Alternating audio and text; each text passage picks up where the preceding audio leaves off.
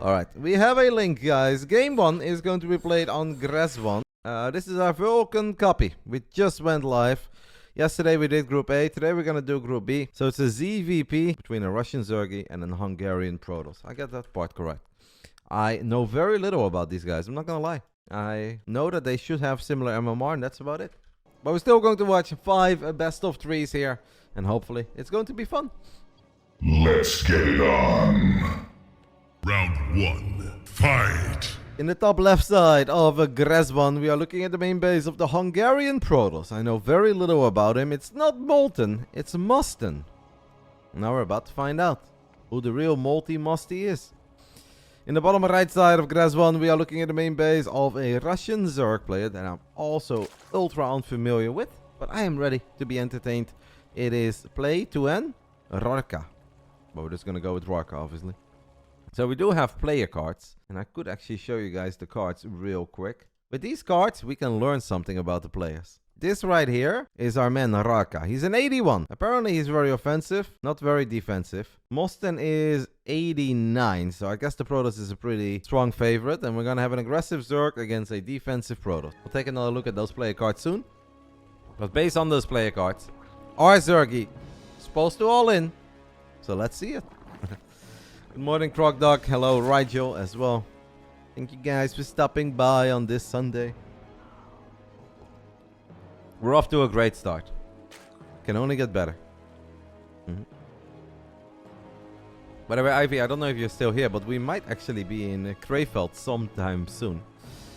For a bit of a hidden event, but I think that lovely people would always be allowed. If you'd be in Germany, you're in the area, you want to stop by, I think we can make that happen. We've got both gases up and running in the main base of Musten. Our Basilisk poisonous. This one is, mate. This one is. I'm a toxic motherfucker. Ultra poisonous. According to at least 1 or 2 people out there. Because they visited my stream over the last 12 years and turned out that they may have showed up at a moment that I was in a bad mood. It's unbelievable, guys. Rotti, human man, human being. Turns out he's not always ultra happy and ultra nice. He's not always right about spotting out a troll or not. So there are at least a couple individuals out there who believe it. This is the very first series, Anticore. We just started the stream.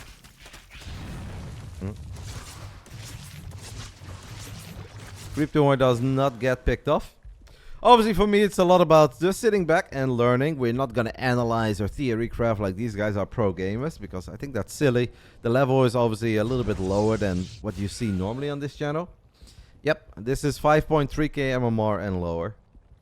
So I'm just kind of leaning back and I'm going to try to see what they enjoy doing, what the guys are good at, something that might be obvious that they could improve upon, and just hopefully watch a bit of fun StarCraft. Instructions unclear. I've never been a very big fan of snakes, guys. I did think they were very interesting when I was a young little boy a long time ago, and I had a picture once with a yellow python around my shoulder. It was like in a local exhibition hall. Everybody could take a picture with a snake. But the older I got, the less fond I got of snakes. This is a regular tourney. Exclamation mark B for all the info you need about this tourney. Hello, Hunter. I appreciate it, mate. Nothing crazy happening so far. I guess the most noteworthy thing is that we open up with a Void Ray. Void Rays are solid, safe, yada yada. I think you guys know what's up. Doesn't really do a whole lot offensively, but it is a good defensive unit. And I guess that is in line with the player card. The man got a defense like he's Showtime himself. I think they were a little generous with these player cards, but I guess it is for this level, and then it's totally fine. Do not compare those player cards with the player cards of IEM Katowice, obviously. We've got an Oracle flying to the other side of the map, but Rarka's looking pretty good. Even though they did him dirty in the defense ranking. He's not making any mistakes. Made a couple links, but other than that, he's just building drones, saturating bases properly. I like it. So far, I think that our Russian Zergy is playing perfectly fine. Now the follow-up, guys. It's going to be Adepts with Resonating Glaive. He's already banking up a couple of Adepts inside of his main. And right now our Zerg does not have a Baneling Nest, does not have a Roach Warren. If we don't get a Roach Warren or a Baneling Nest in the near future, I don't want to say the man is dead. But you basically need amazing queen positioning or just throw up desperation spine crawlers. Because the Lings alone, he's still droning by the way. I'm kind of worried. I'm very worried. We're going to get a Baneling Nest now, guys. But then we have to ask ourselves the caster question. Is it too late? And I have the feeling that it could very well be a bit too late. As 4 more adepts get warped in. If 14 adepts right now shade to the other side of the map. And we've got a single Zergling. 0 Roaches. 0 Banelings. 6 queens. Let's just go ahead and take a look at Rarka's vision. Right now we are following the camera of our orange Zergy. And just like Scotty from Eurotrip, he doesn't know. He still doesn't know. He's building 12 links right now. He's about to see something appear on his minimap, but he's not paying attention. He's like, oh my god, that is a shit ton of adepts. Fucking Protoss. I can't believe they did me dirty like that. 6 minutes into a game, guys, you could get attacked by something. Man has 20 links on the way. I'll let this shade finish up, by the way, yeah. And actually, if I was Mossen, I would still be building adepts at home. Like, this is very good so far, but the 13 Banelings are morphing. That may very well be good enough. Does he let this shade finish up? Yes, Banelings are almost ready. This may not be that bad for Rarka. It's kind of bad, but it may not be ultra bad. Banelings are pretty good if adepts are right on top of each other. Doing a pretty decent job in splitting the adepts up. Is obviously not really doing a whole lot behind this. It's already a successful attack, I'll give him that. But I think he could have done a bit more. We do still have 4 adepts. This is very smart. 4 adepts on the top right side. I think that's exactly what he needed to really turn us into a proper solid defense. Bruno Orza, are you our Canadian Bruno? Or are you a different Bruno? You're not Homestorical Bruno, right? He's got a couple Brunos in there. 3 queens are stuck in a stasis trappy. You are! But then you have a different name right now, no? Because you used to not be Ursa. Yeah, Homestorical Bruno.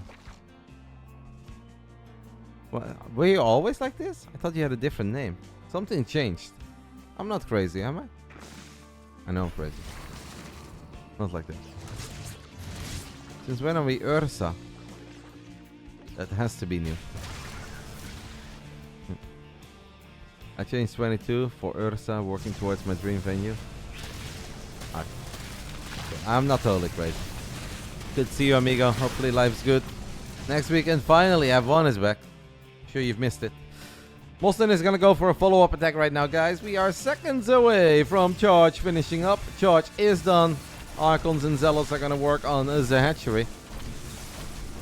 This hatch will fall. If Rarka stabilizes on 3 bases, Roach, Ravager, Lingbane, does he still have a chance, Rotti?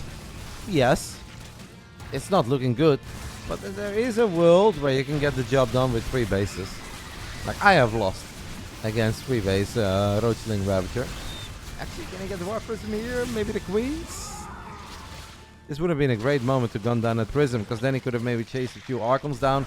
We have a Zealot run by though happening at that blaze at 3 o'clock, and I think this is all just a little bit too much. Will be subbed to 295 years. Hello, Danish legend. Love you, Space Marine. Really appreciate it, mate. Always makes me happy to see you stop by. And after all this time, still showing the love. What a legend. Yeah, we've been definitely kind of busy. That's why I've been taking it a bit easy this month. I'm trying to make sure that I have energy for the things that I really want to have energy for, like the big rain belts, the weeklies. But obviously we're going to watch some WTL or Masters Coliseum, which is ran by the same guys that run WTL. It's good to be busy though. It's way better to have a lot of things to watch and cover than to sit here for 7 months in a row and be like, well, we've got 1 qualifier to look forward to. You know, that wouldn't be fun. Yo, Space Marine giving us 5 subbies as well. And I see that my man Geert is in the chat. Is it buggy? Why is it double alert? I feel like that happened twice. Or am I crazy? Hey Geert, what's the score? I know that we were down 2-1, and I was asking you earlier if you were magically here and you could tell me what the score is. Are we making a comeback? Have I tried Stormgate Alpha at all? Yes, but a very tiny bit. I'm simply, as Bruno just said, I've been very busy.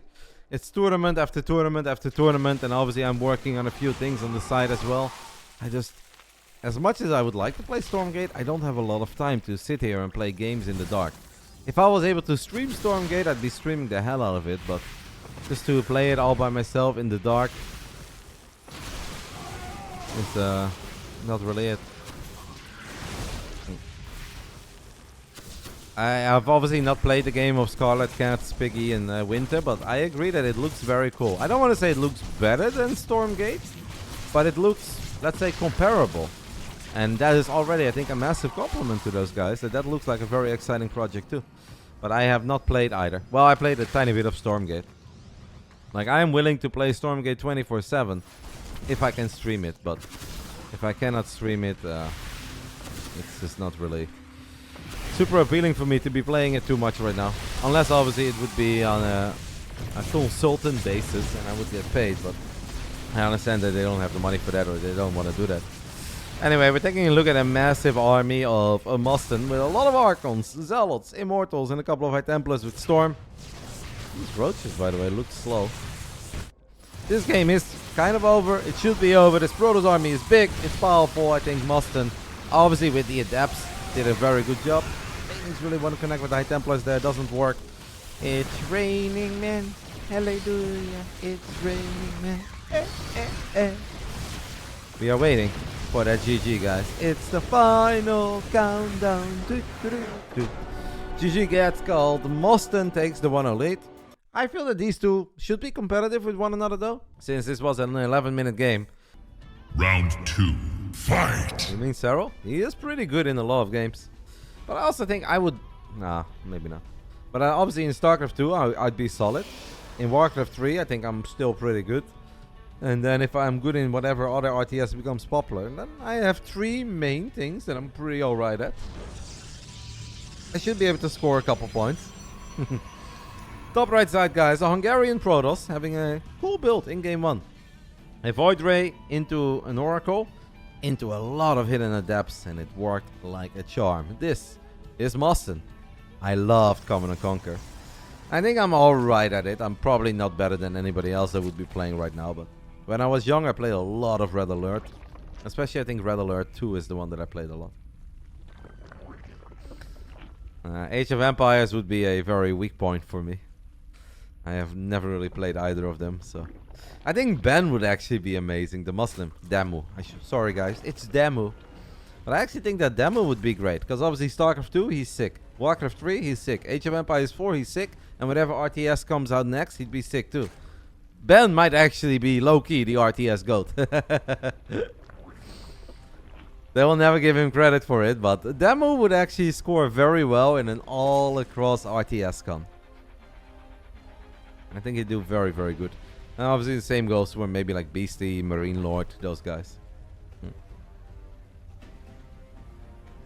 That'd be fun though, but like, as silly as it sounds right now, and obviously I'm like just fantasizing a little, that is kind of possible. Like, why not, right? Let's imagine a world where Zero Space is good and Stormgate is good. Why can't we hire off a convention center and create one big RTS con and have those devs work together? In a recent Hearthstone trivia show, I learned that Ben won Home Story Cup 1. That is correct. In the grand finals against Braddock. Ben came in as an underdog. It was a very small Home Story Cup though. And it was an 8-player Home Story Cup, and I think 4 players were offline and 4 players were online. Is it over, Lethal? Did the game end? I know that we are 2-2, but I don't know if it's over or not. I'm still low-key dreaming of a 3-2 win. That would be fantastic. Mustin is not going to go for the Void Ray, by the way, guys, this time around. Still staying live. Yeah, because Sparta was doing a lot of time wasting. They already started 3 minutes into the second half, so... Is anyone playing the closed testing for Stormgate? A very decent amount of people are. You haven't heard much because we're not really allowed to say a lot. Like, I honestly think by the time that we enter the stage where it's no longer an alpha, it's an open beta, and people can play the game on stream, I think that's when you'll see a lot about it. Right now, there is definitely some activity, but it's mostly in private discords that are NDA approved and stuff.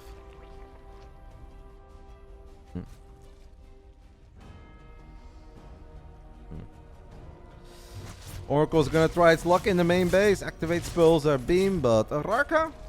Honestly, guys, I'm kind of feeling Rarka so far. I feel like he's playing quite well. Good defense against the adepts. I like the very few links he's building. A big mistake that lower ranked Zerg players in general make is that they make way too many links. They start floating money early. Are we now gearing up for a Queen Ling Roach all-in, or why do we have this many Overlords?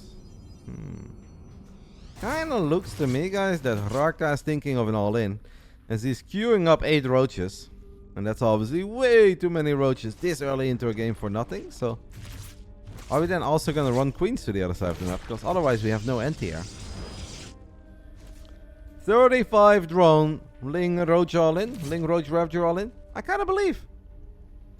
Rarka always thinks about an all-in. I am not familiar with him, Anticore, but I did see that he had a very high rating offensively.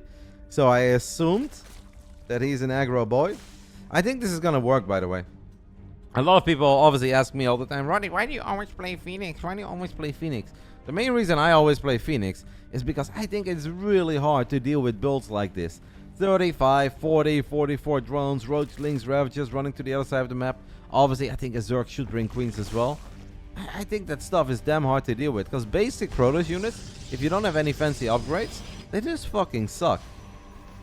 Now, Triple Oracle is obviously nice. He's going to be able to activate Pulsar Beam, get a couple of Ravagers, but I really think that this build should work for Rarka. We're about to find out if it is actually going to work or not. Shield battery not quite done yet. I like the idea of rewalling, but now also these units are out of position. Overcharge then, mate. Overcharge, overcharge, overcharge. I like the overcharge as well. The Ravagers should just try to kill the Stalkers, because overcharge is good, but it ain't all that good. Maybe Moston should make a Desperation Void Ray. He's actually gone for 4 oracles. It's a serious amount of oracles. Couple of corrosive balls are... Actually, one of them is going to connect. It's not bad so far what Moston is doing. I still think that Rarka should absolutely kill the Nexus. Mate, the oracles are pretty much out of energy. You gotta go for the Nexus, no? You gotta go. I guess he's just running around because he wants to make sure that they waste some more energy. Oracle number 5 is about to come out. I'm not 100% certain if he's gonna get this Nexus. Oracle number 5 is going to activate its energy. Once more, Rarka is gonna walk around. Moston has fully walled himself in, but I would warp in here, amigo. If you want to save your Nexus, you have to warp in on the left side of your gates. I guess in the end, Rarka is gonna get the Nexus. Moston did quite decent though. And with 5 oracles still alive, you'd think that there is potential. Feyenoord finished 2-2. See, very sad. It is what it is. It's sad. It's sad. Not gonna lie, I think Rarka is dead. Mixer says he thinks Rarka is dead. I think that's crazy. There's absolutely no reason to assume that Rarka is dead. He's got Spore Crawlers. It's 3 bases against 2. Only, okay, we shouldn't be throwing away links here, obviously. In a silly manner. I think Rarka is doing perfectly fine. The 5 oracles are scary. I absolutely agree with that. But he should never be dead here. He can just drone up. If you're gonna make more lings, roaches, and ravagers, yeah, that I am not ultra fond of. Because obviously, we're still not gonna be able to kill 5 oracles on the other side of the map. Okay, I didn't see that you said it 2 minutes ago, mate. Sorry. Okay, queen count is high. We're gonna rally them queens. Rarka should spend this money, by the way. Sweet baby Jesus. 1,600 minerals, guys, and 1,000 gas. Queens are taking out their frustration on the hatchery right now. That's alright, queens. That's how I feel when Feyenoord can beat fucking Sparta. Unbelievable. Terrible start to our season. 1 point after 2 games. Do you guys also know that feeling when you're like ultra excited for your sports team? You've had the summer break, you have high hopes, you're ready, you can't wait, and then 2 weeks in, you're just omega tilted. Like, god damn it.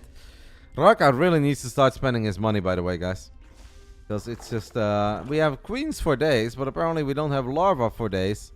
A war prism, couple blinky boys, 5 oracles. This hatchery is pretty dead. I'm gonna have to cancel that.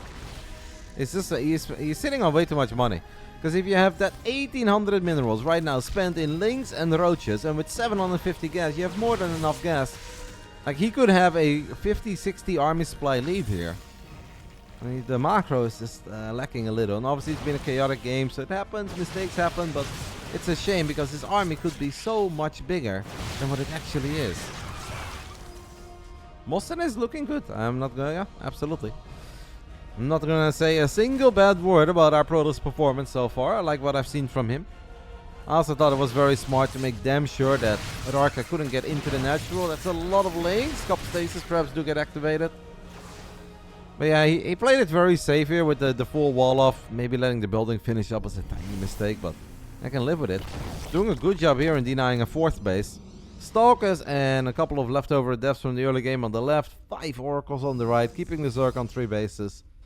It's all very good play by our Hungarian Protoss player. With Mosten and Kinpach, this is one of the toughest groups. Hello, Mr. L. I think it's because of Mr. L. I think that's why this is one of the toughest groups. I know you're gonna blow me away, mate. I can't wait, I'm pumped. Don't pull a Feyenoord on me.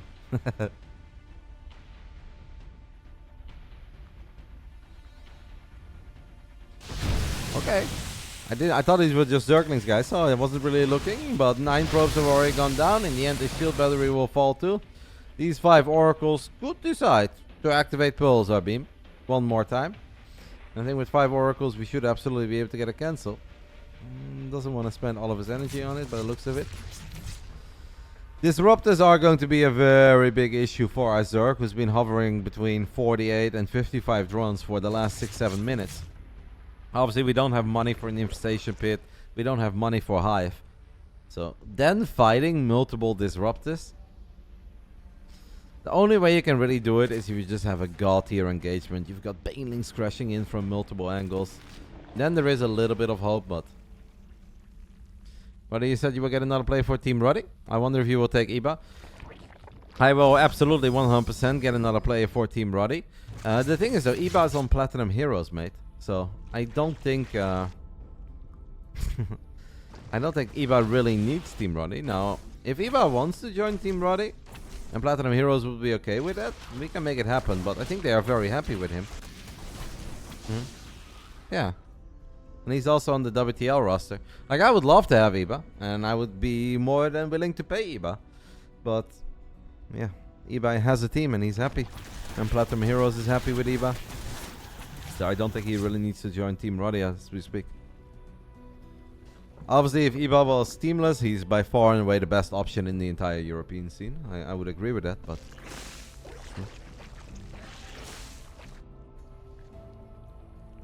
Yeah, I've been looking. I've been talking with the boys.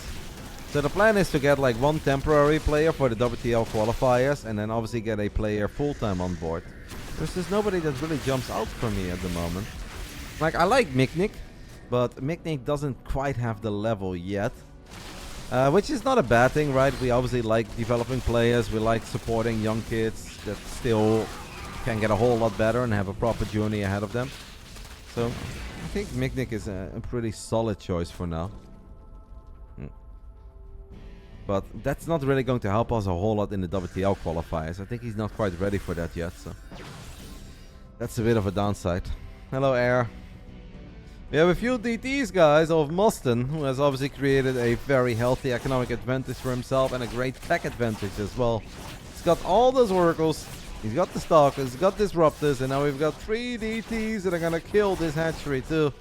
Life has been a nightmare for Rarkas. We've got a Nova, picture perfect Nova, connecting with 10 plus Banelings by the looks of it. I think that this game is kind of over. Pick me, Rotti. You know what, mate? I would have been down for it, Magnet. I would have been down for it until I saw that performance against your boy Chris. Jeez Louise. At that point I would say, like, you know what, this game is not for you, amigo. Try Minecraft. Try Tetris. You know, in League of Legends. Nice Novas here, by the way, on the side of Rarka. I think it's an unfair fight over here, guys, at this point. There is a world where maybe Rarka gets a somewhat decent fight, but even a decent fight is not going to be enough. He did finally manage to spend his money And he just does not have an army that's advanced enough to really deal with what Mostin is working with. If it was just Stalkers, the man would absolutely have a chance. But it's a whole bunch of Archons, a whole bunch of Disruptors. And these Novas, by the way, have really been connecting with Zerg units on creep. I find that impressive. Most of my Novas miss. I saw my man Magnet fire a Nova yesterday. Terran army was here. Disruptor was here. Nova, boom. In a straight line to the bottom right side. So, it's not easy. It's very well done what Mostin is doing over here. Landing Nova after Nova on creep against very tiny flimsy units like Lings and Banes. He just played well. I think Raka had a chance this game. Oh, he's even blinking a Stalker forward. We do have a proper Ling Bane run by. I'm kind of missing that one once more, but obviously at this point the writing is kind of on the wall. It is impossible for the Zergi to win this game. Or well, it's almost impossible. Let's put it like that. It's funny that you mentioned Holy Hit actually, Mixor, because Holy Hit is actually going to visit me next weekend. In a couple of days, Holy Hit and Eon Blue will stop by my house for 1 or 2 days. They're just going to have a fun time in the Netherlands, and they need a free place to stay. And they asked if they could stay at my place, and I said, sure, guys. Why not? 2 days is no biggie. But I do not want to, as much as I love Holy Hit, I don't want to get very old players. Like, obviously, I'm not that rich. I think that you guys know that. I hope that you guys know that. It's just that obviously with the tier 3 subs and a bit of love from Jacob and Andre and V-Shark in the past, like, we can support some players, but I'm obviously not in any position to be casually giving away money to people that are in their late 20s. Like, that's not a thing. I'm seeing it as a passion project to do something nice for the young kids. I am not in any position to support the entire scene. We've got a shit ton of Lings and Banes running into Archons and Stalkers. Raka is a fighter. We gotta give him that. He's like, what doesn't kill me makes me stronger. Unfortunately, it doesn't really work like that in StarCraft. Because even if things don't kill you, it's absolutely not gonna make you stronger. The man has been on 51 drones for way too long. Is getting some decent traits. What is this? A cheeky War Prism on top of the Spore Crawler. That's not how you evacuate a War Prism. But we're gonna let it slide and pretend it didn't happen. Because Mostin has played well. Honestly, just played good StarCraft. Should spend his money right now. You should take a note out of the playbook of Classic. Why have 2 Robos if you can have 5 or 6? Did you see the latest follow we just got, Air? I have the feeling that this is gonna go very well. See, Fear Dragon, this is where also you could come in handy. I have a activity feed, and then you can see the latest followers that you get, and obviously like donations, subs, etc. And certain account names, they don't promise a whole lot of good. I'm also pretty certain if I click on the name, it's gonna be like, account created 30 minutes ago. We have a 50 army supply lead on the side of the Protoss. I'm sorry, I can't really make this any more exciting than what it is. It's a shame that these Oracles are now dying. You did such a good job, amigo. You did such a good job in keeping these Oracles alive. Is Raka doing it? No, Raka is absolutely not doing it yet. He's been doing kind of good over the last 2-3 minutes for the position that he's in. But he's not doing it, mate. Whatever you may think that it is, he's not doing that. He's doing something, but not it. Why do I come into this picture? Because you're a good man, Ravi. And even though you don't have to get involved in like, is something kind of on the line or not on the line? I know that there are certain things that are unacceptable for you because you're a good human being. And that's where you would come in handy. But you don't want to do that. We've got Lynx, Banes, Roaches, and a couple of Ravages fighting all these Stalkers and Archons. And the fight is a little bit closer than I thought it was going to be. But it's still a pretty convincing Protoss W in the end. Raka is going to bring back a few more Lynx, or apparently rally them to the other side of the unit. I think we are looking at the dying seconds. The forward blink. That is often a good way to close it out. The first best of 3 of the day here in the Legion Cup, Vulcan Cup, is going to go in favor of Mostin. Fun series. Learned a thing or two about these guys. I think Mostin played good. Does a lot of things right. I thought Raka had a very good strategy. A very good idea of how to win game 2. Maybe should have tried to like double down and just go for the natural and And really try to just kill that gate or kill a stalker, because if you have 7 Ravagers, you can actually break through a wall rather quickly, especially if there's no shield battery yet. And maybe selling for only the Nexus in the end was not quite good enough, but fun series though. I had fun. Congrats to our Hungarian Protoss who played well. Kudos to him. So I'm gonna show you guys now the next prediction. We're gonna have a random player, guys. Look at this dude. It's Skin Patch. And is it just me, or does he kind of look a little bit like me? In a weird way. Do you guys see the resemblance? Look.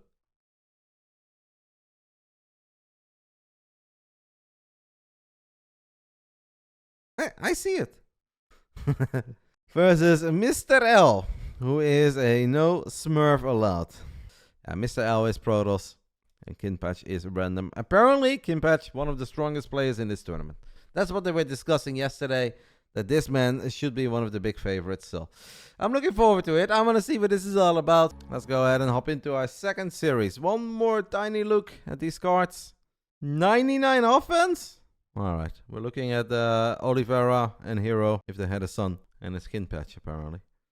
Mr. L, apparently defensively very strong. All right. Let's go for it. So what I heard from my man Magnet is that even though he plays random, he used to be a Terran player, and his Terran is the best. And he seems to get Terran a whole lot when he needs it the most. So let's see if that holds true today. What are we hoping for? I kind of hope for a PvP, guys. A little PvP to start things off with. Mr. L did not seem very confident, but I kind of believe in Mr. L. Come on, amigo. He said he hasn't been playing a whole lot. Said he's been busy, but this is the round of 16. He obviously had to play a bunch of games to get here, so I'm sure he's not ultra washed up. Let's get it on. Round 1. Fight! In the bottom left side of Royal Blood, we are looking at the main base of our German Protoss. It's Mr. L. And it seems that my wish was granted. Because in the top right side, we are looking at the main base of one of the favorites to win the entire Legion Cup, Vulcan Cup. He is the Russian random player, spawning as the blue Protoss. It's Skin Patch. Is it Kinpak or Kinpach? How do I pronounce his name, guys? I don't know how to pronounce these names of dudes that I've never seen before. Like Mr. L, we can go wrong there. I would go with Kinpach, but could be anything, right?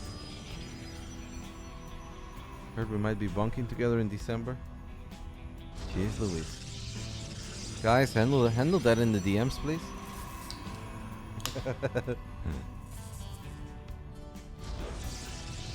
Thank you, Ravi. I appreciate it, mate.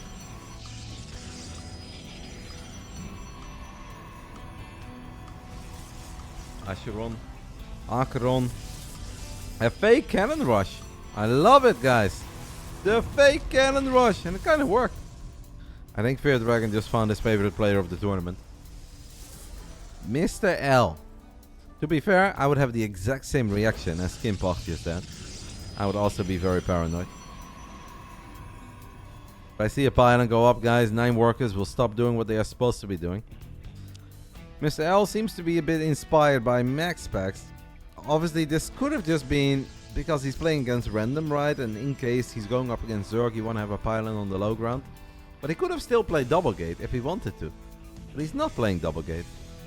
The man wants to go single gate expand, but he did take both gases before expanding, and that's what. Come on, build it dead! Oh, that was close.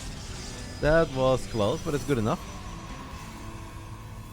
If I was Kinpach at this point, I think I would just immediately 3-gate, 4-gate, and see if he can defend it. This is a map where there is no ramp, so I think if you have a strong 3-gate, you spend a bunch of chronos on warp gate technology, you're gonna be fine.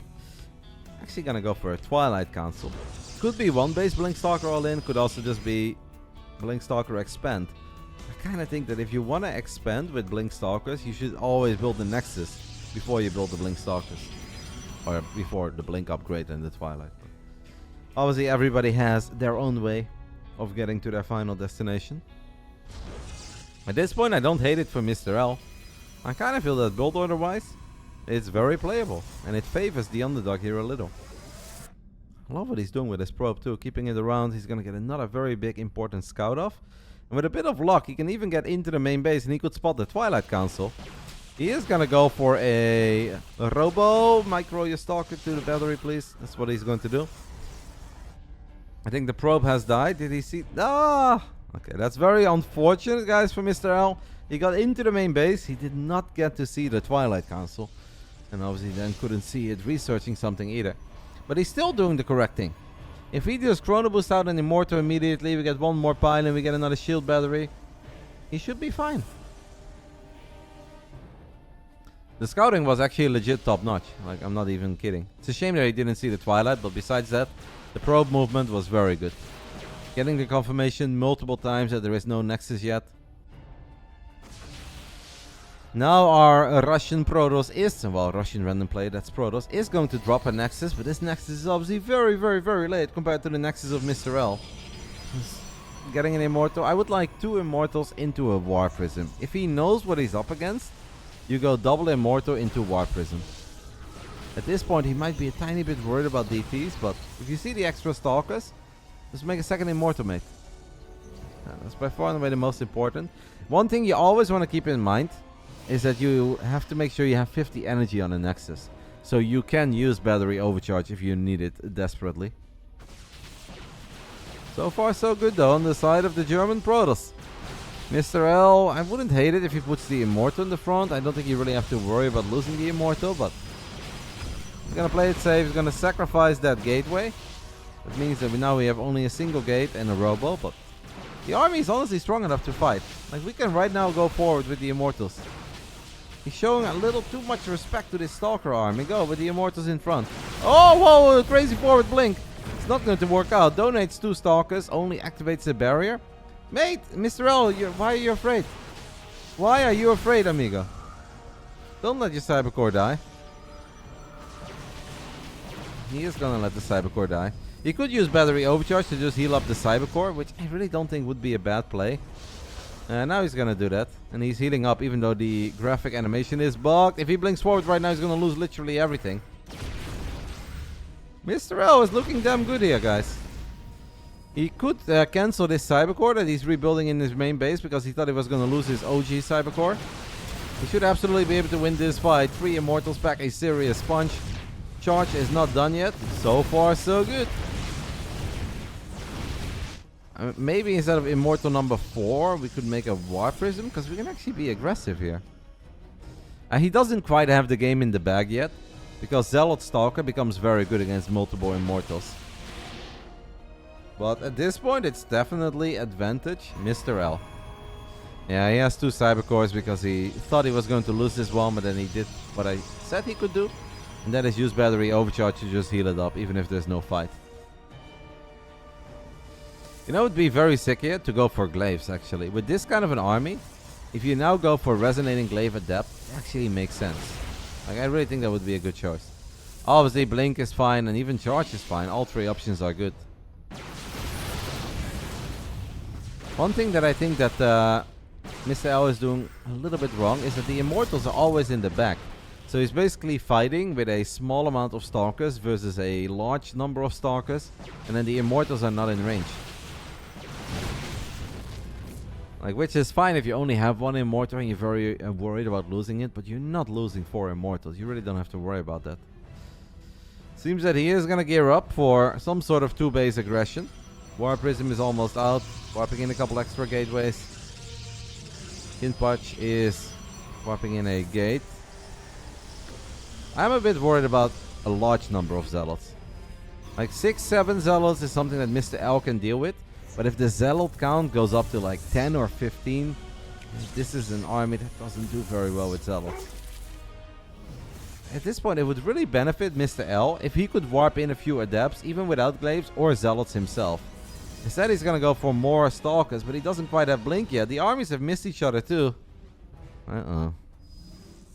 Oh-oh. Alright, well, maybe a good old-fashioned base trade. Obviously, Zealots are very good in base trade scenarios. There is a Dark Shrine coming up from Mr. L. That Dark Shrine has game-winning potential. Airniac is gifting us 18 subs. Let's freaking go air. Sorry, guys. I'll turn off the alert after this. We are base trading. Thank you so much, Air. As I said, Zealots are very, very good in base trading scenarios. Mr. L is gonna make himself comfortable. Will Kinpak decide to recall Kinpoch? Kinpoch? Too hard, man. I don't know what his name is. You guys need to tell me. 70 army supply though on the side of our Russian Protoss. 22 zealots. I'm afraid it's too much. Even though there is a bit of an issue. And the issue is that Kinpoch does not have enough money in the bank to rebuild a Nexus. But you don't have to worry about floating bases here. I think the Dark Shrine got cancelled or killed. And Mr. L should recall. Yeah, exactly. Mr. L needs to recall.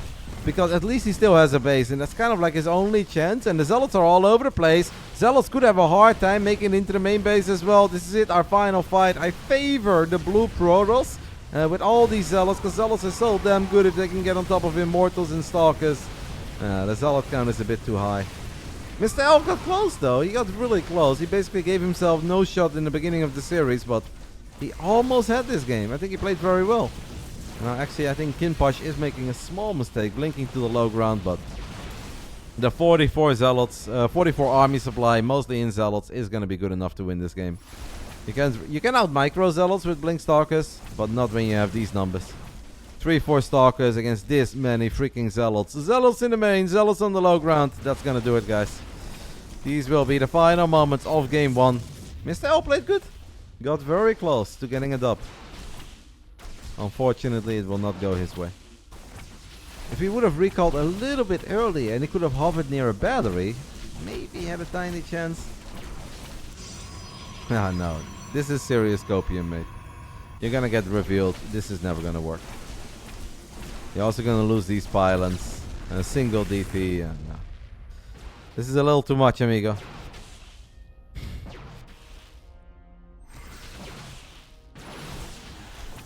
I understand what he's trying to do, but it's not going to work. And he knows it. GG gets called. War Prism in the final 2 Stalkers went down. And he's not going to wait for the Dark Shrine to come online. That was actually very close. I really think that Mr. L, if he would maybe be practicing a bit more and he's a bit more in the zone, I think he would be able to draw that conclusion that if I have 4 Immortals, I really don't need to worry about Stalkers. What I need to worry about is a bunch of Zealots with charge. And if he would have just gone for Glaives, which is cheaper than Blink, and then you can go for Adepts, which are cheaper than Stalkers, I think he always wins the fight. Because Zealot, Immortal Adept is incredibly good against Zealot Stalker. That's a shame. Did a lot of things well, but in the end, it's Kinpoch who takes the 1-0 lead. Why Adept, not Colossus versus Zealots? Colossus would be very good too, but Colossus take a lot longer. And obviously, that's just a completely different strategy. He went for the Twilight Council, and if you then go for a Twilight, that's when I think Adepts would be better. Would Colossus be bad in that game? No, but I think you would always have to play 3 base though. If you want to go 2 base, I think Adepts are a lot better, because that hits quicker, and obviously you can benefit from all the gateways you already have. If you want to play 3 base Turtle style, yeah, then you can go Colossus too. Alright, it's PvP once more. Round 2. Fight!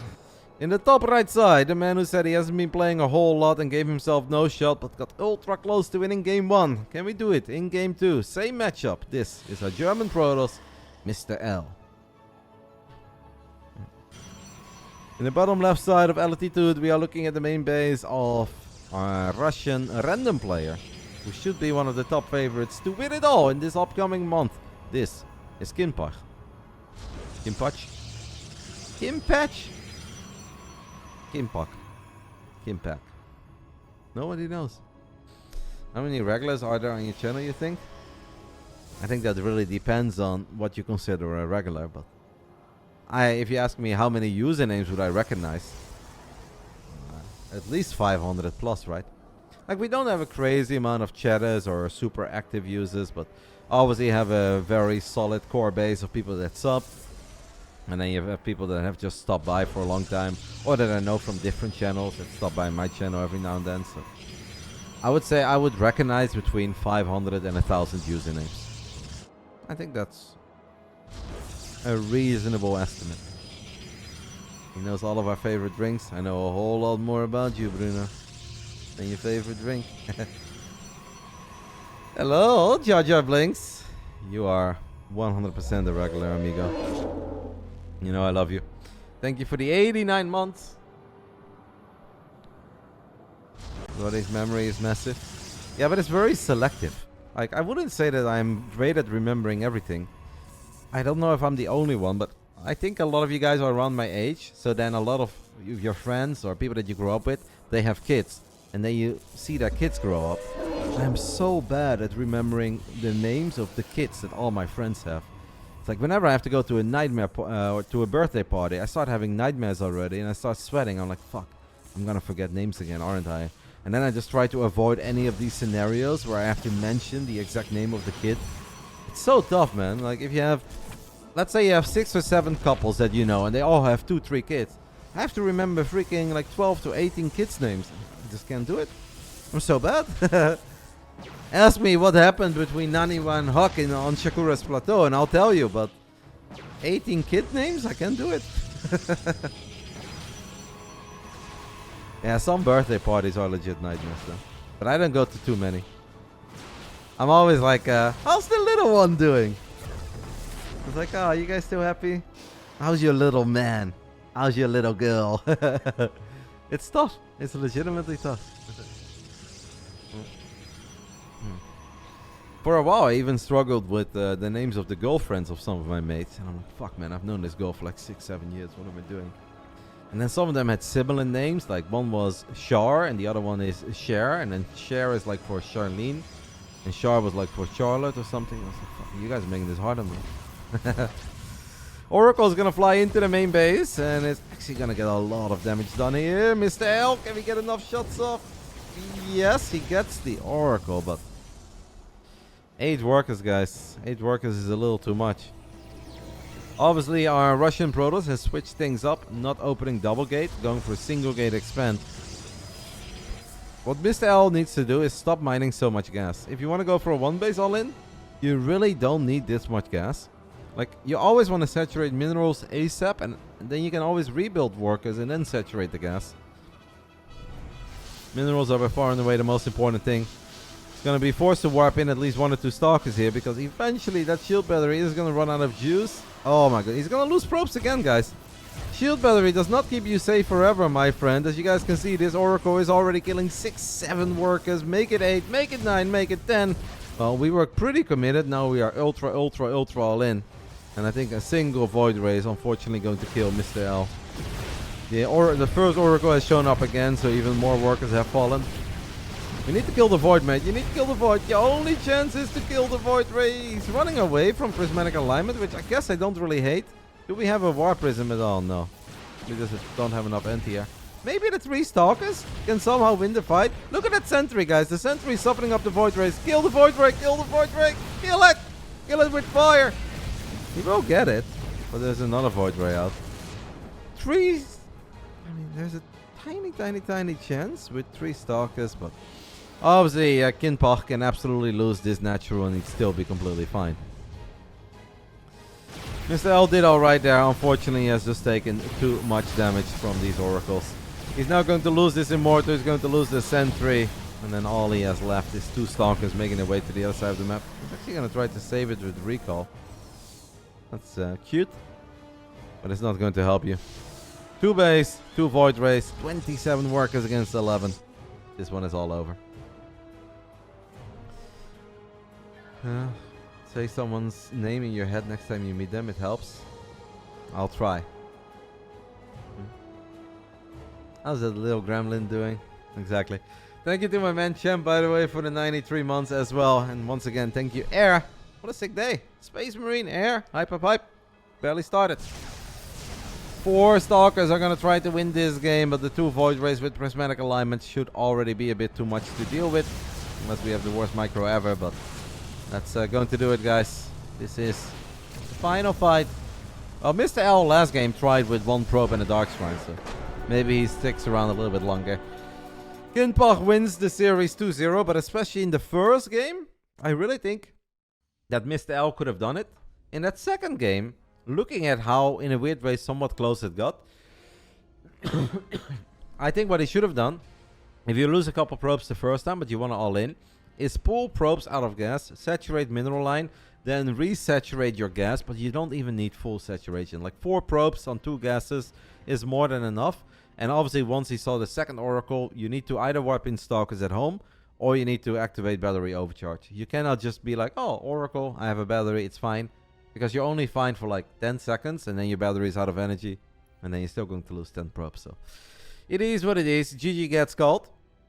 That means that we are now going to get ready for the winner bracket match. And it's Kinpach versus Moston. I cannot believe in Moston, guys.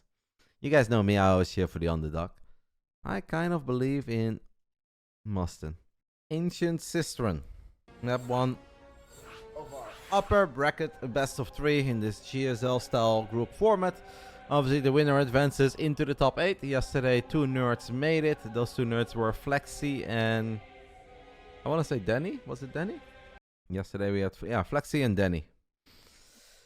Yesterday was a bit of a PvP day. So those 2 nerds already made it. Today, 2 more nerds will make it. And then next weekend, we're going to play Group C and D. We've got something new, guys. A matchup we haven't seen yet today. Let's have some fun. It's PvT. Let's get it on.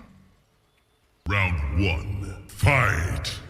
In the bottom left side of Ancient, we are looking at the main base of our Russian random player. It's our blue Terran Kinpach.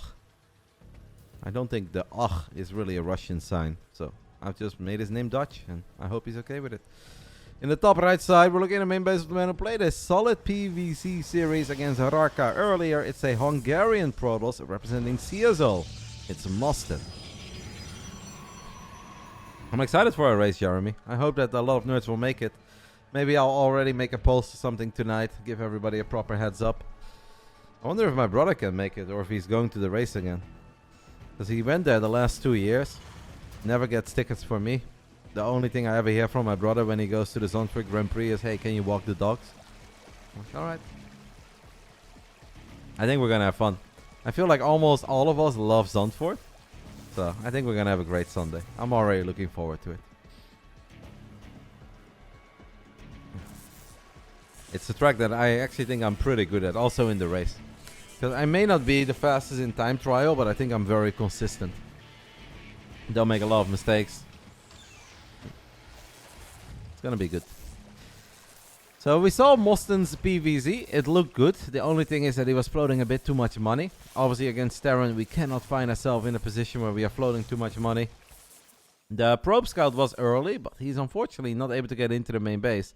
If I scout this, I would always be a little bit concerned about a second barracks being out and about on the map. Or maybe even a factory and a starport being built somewhere. And Kinbach is really hiding it well. If that probe even turns around. We saw some good probe scouting by Mr. L. If Moston does the same, he still can't really see anything.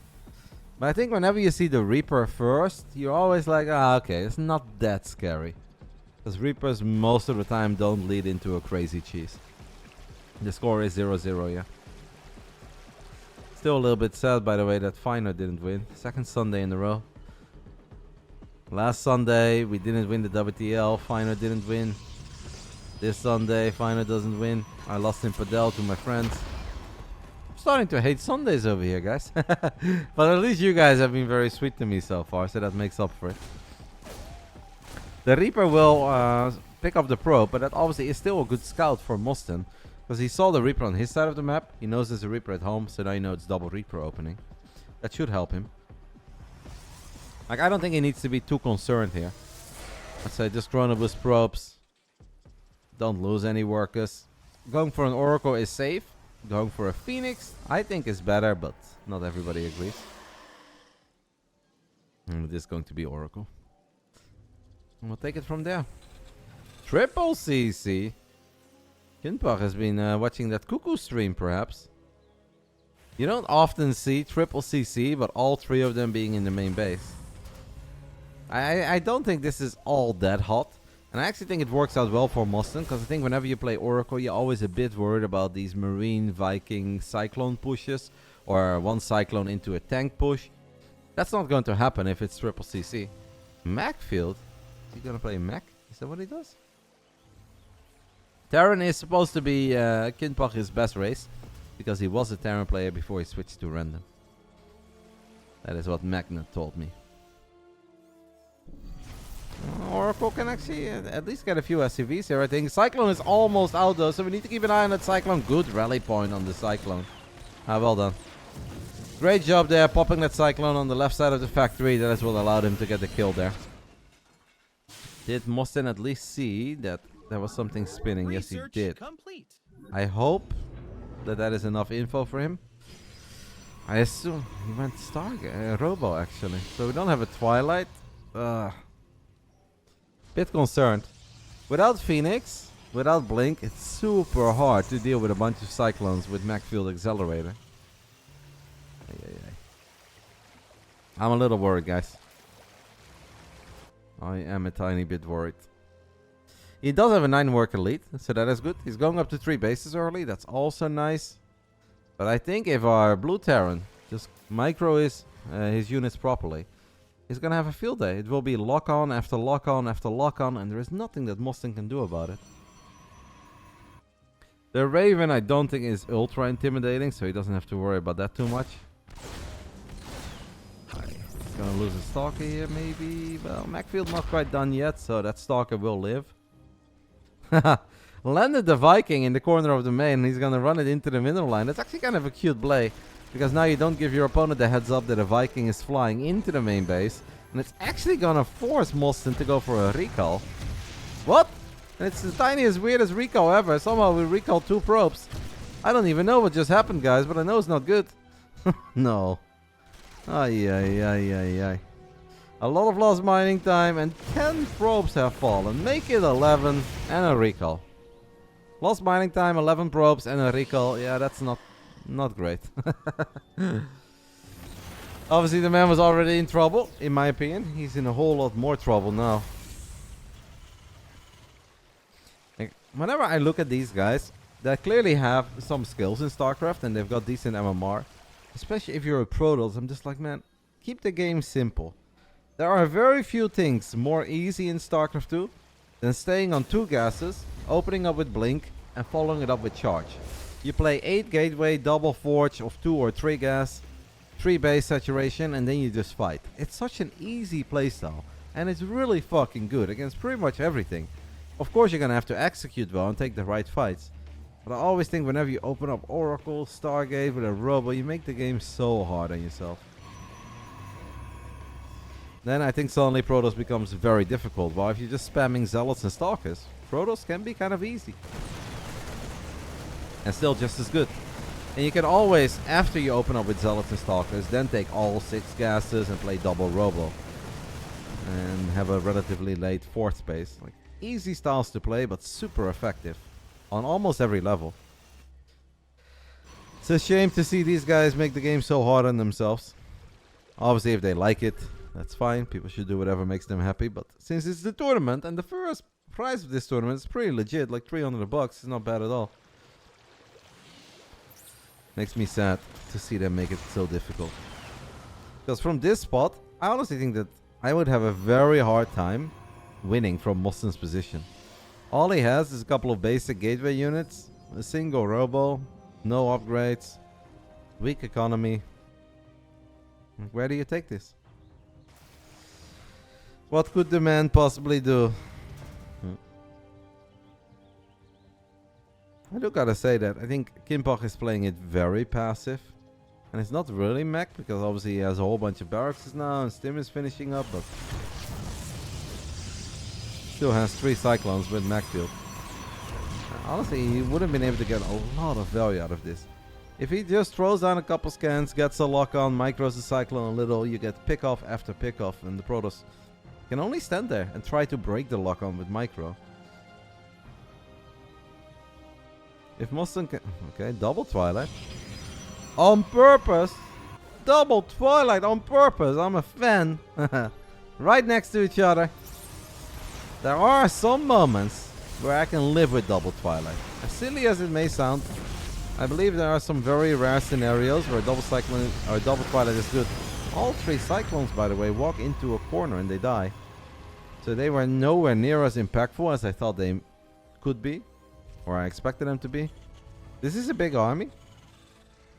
But charge, and blink at the same time. Come on, give it to me, baby. Bam, bam. Chrono, chrono. I love it. Now, fighting before we have those upgrades is something that we may be forced to do. Not something I think the man really wants to do. There's double Raven in the mix as well, so a lot of interference matrix energy. That's a big forward stim. We need to drop a couple force fields there, my friend. That is what he's going to do. I think you're going to have to sacrifice his base. This Terran army is a bit too big. There are some SCVs dying in the bottom side of the map to a slow Zealot. Cool. Nova! No.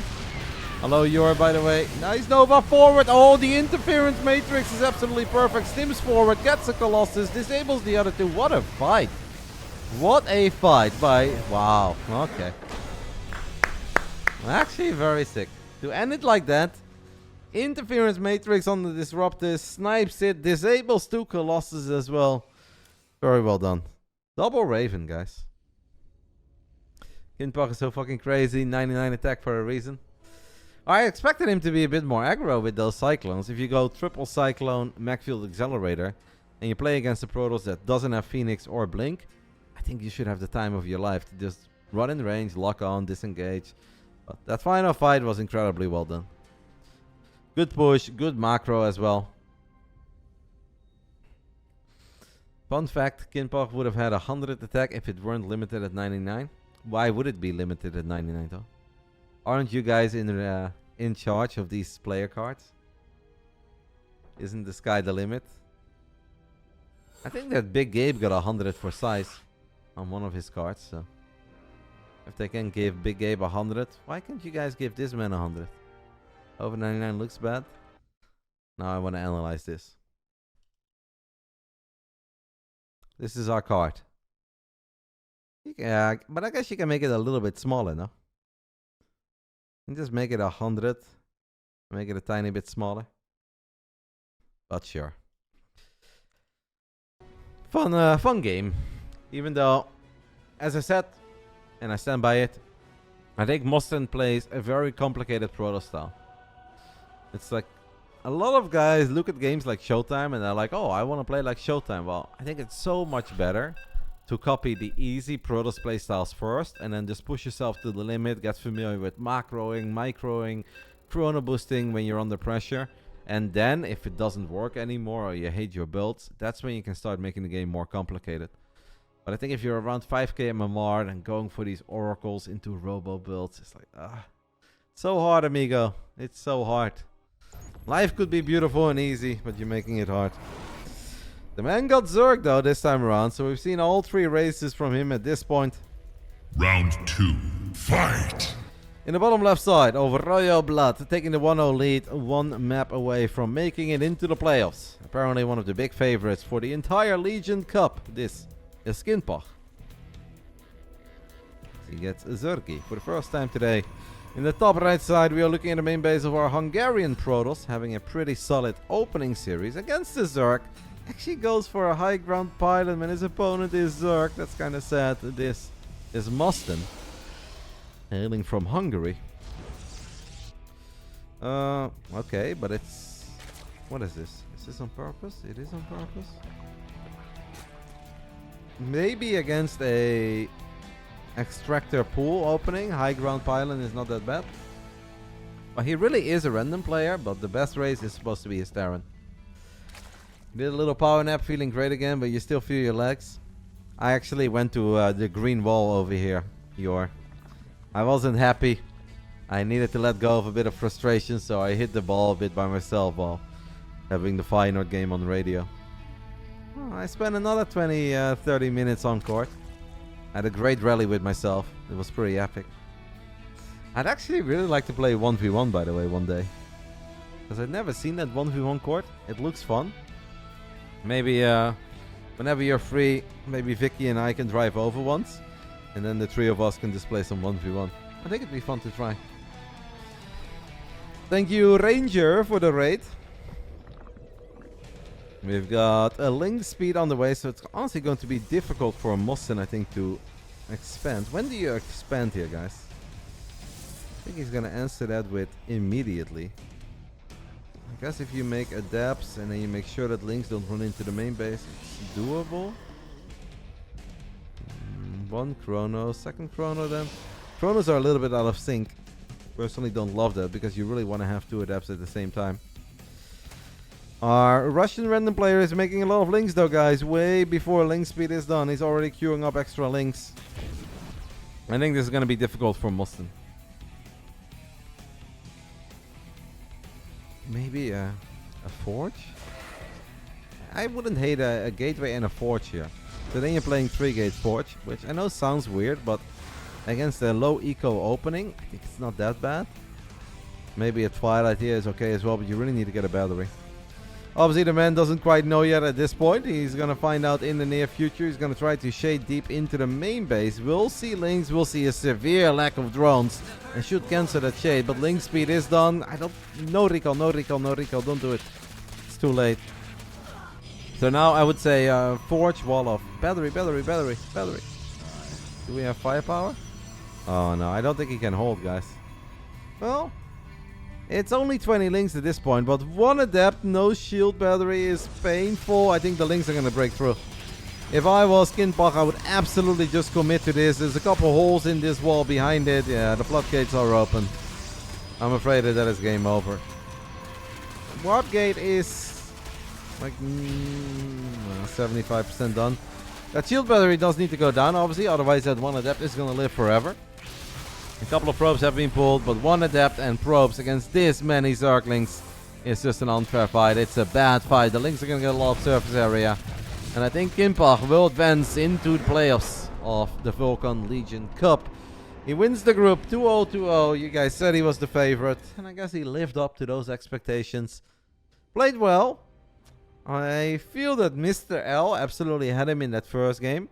And I think that Mustin would have had a chance in that previous game in the PVT. But overall, good job by Kinpach. But I don't know if he's necessarily the big favorite. I thought Flexi looked good. Danny looked good. But I can see why you guys hype him up a little. He's got tricky builds as well and seems pretty comfortable. And obviously playing against random is for a lot of people very difficult. Because we are all creatures of habit. And we like having our pilots in specific places against certain races. So the fact that he is random and he can play all three races is obviously a nice advantage for him. Fun games. GG. Alright, there's a lower bracket match. That obviously means that the winner of this series has one more series to play against Mustin. For the loser, their journey in the Vulcan Legion Cup ends here. Like Vegas StarCraft. I got Protoss on the river. Sounds like my kind of tournament. Round 1. Fight! These nerds love royal blood, by the way, guys. All we get is royal blood. In the bottom left side, we are looking at the main base of our Russian Zergi. Lost in his opening series against the Hungarian Protoss. This is Raka. Did he get 6.3, 6.4k in 2019 and 2020? Way later than that, I think. In the top right side of royal blood, we are looking at the main base of our German Protoss. It is Mr. L. I mean, I got 6k even just a couple months ago. I got it this year. I got it last year. But my MMR record is 6,270. I think... when was that? I feel like it was on a... Yeah, that's actually over 3 years ago already. So around 2020, yeah. Because I remember it was before Home Story Cup 20. And I was still living in Spikenissa. I think that's where I peaked. It was on my birthday that I had a sick win against... I thought it was Showtime, but it was actually Neep. So I was already at 6,180 MMR. And then I beat Neep in PvP and I got 57 points because Neep was 7k. So I went from 618 to 624 immediately.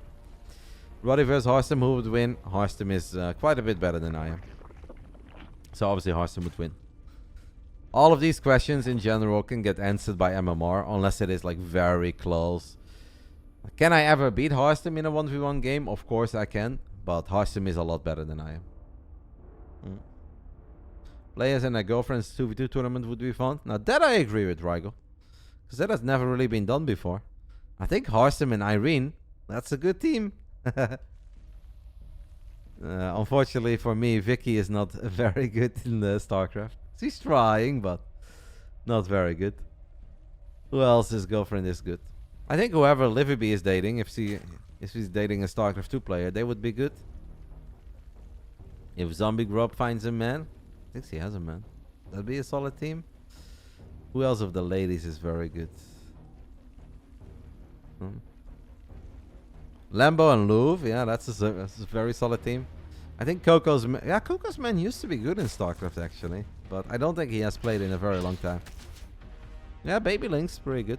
But I think Lambo, Louvre, and Harstem and Irene, I think those are your dream teams. Because those are actually pretty good players.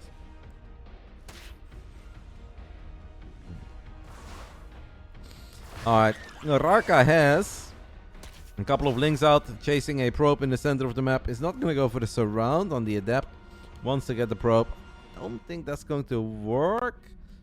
Interesting wall-off over here. Rotti approved wall-off, guys. I love it. Mr. L, mate.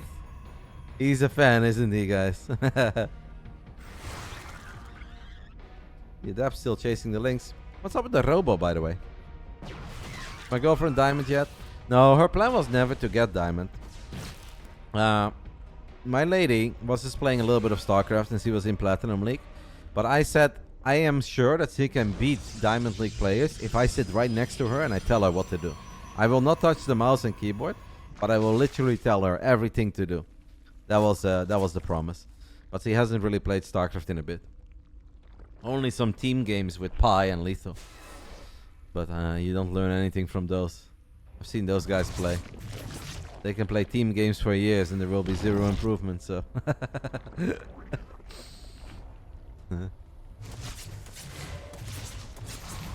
Adept in the main base, getting a few shots off. Good attempt here by Mr. L, and he gets a drone.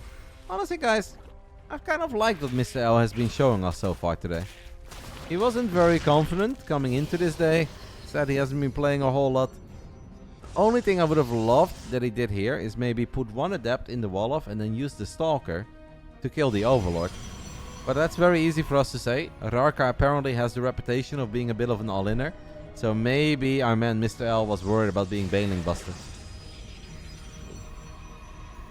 Rarka has learned his lesson though from that ZVP that he lost earlier, where he only had Lings and Queens against a whole bunch of Adepts with Glaives. This time around, it's an early bailing nest. So in case he gets attacked, he should be fine. Why do we only have 3 drones here, by the way? Okay, took a second extractor. Might go for some sort of a Ling Bane attack on the 3rd. I don't know if this is all defensive or offensive, but since Rarka likes to attack, I'm gonna have the feeling that he wants to make a lot of units at first to stabilize defensively, and then he's going to immediately counter. I think that is what's happening over here. If Mr. L sees what we see, he should not let this shade finish up. And what you ideally want to do here, guys, is maybe get like a battery, another pylon, and then you have to start splitting up your adepts. You put an adept here, an adept here, an adept here, one here, one here, one here, one here. And then you're honestly pretty damn bulletproof. Just do not put them right next to each other. And also do not let them get surrounded by links. You're gonna see it. Mr. L's gonna see it. So he now has all the time, guys. He has all the time to start putting these adepts in all the little choke points. Come on, amigo. They don't have to be that close to the nexus. That was a lot of banelings, by the way. I have the feeling at least. Decent amount of banes falling there. The man just used 5 banelings for a single adept. Honestly, Mr. L doesn't even really need to do a whole lot. After 5 banelings already died. With all the shield batteries and now an Immortal joining in the mix as well. A couple Stalkers. Stalkers obviously high HP units. Mr. L should be more than fine here. Unfortunately for Rarka, his Ling Bane aggression is going nowhere. Now, Lair is almost done. We can fire up Baneling speed. And you can still get some value out of it. Economically, it's still close between these guys. Mr. L, I do think is going to have a very hard time attacking with this many Adepts. Because Adepts like to clump up like no tomorrow. And against 15 Banelings on creep, he's going to get wiped. I actually think this is going to be a good fight for Rarka, believe it or not, guys. I think this is going to be a good fight for Rarka. If the Banelings can just find what they are looking for, and they should absolutely find what they are looking for. They're going to connect with some Adepts, some Stalkers. And Lings and Queens are gonna do a number on that Immortal and the leftover Adepts. Warp Prism is very far in the back. There's no need for Mr. L to attack like that. I just basically lost everything. Adepts against Lings is very funny.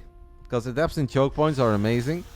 Adepts that have a lot of surface area to be attacked by Lings and Veins suck.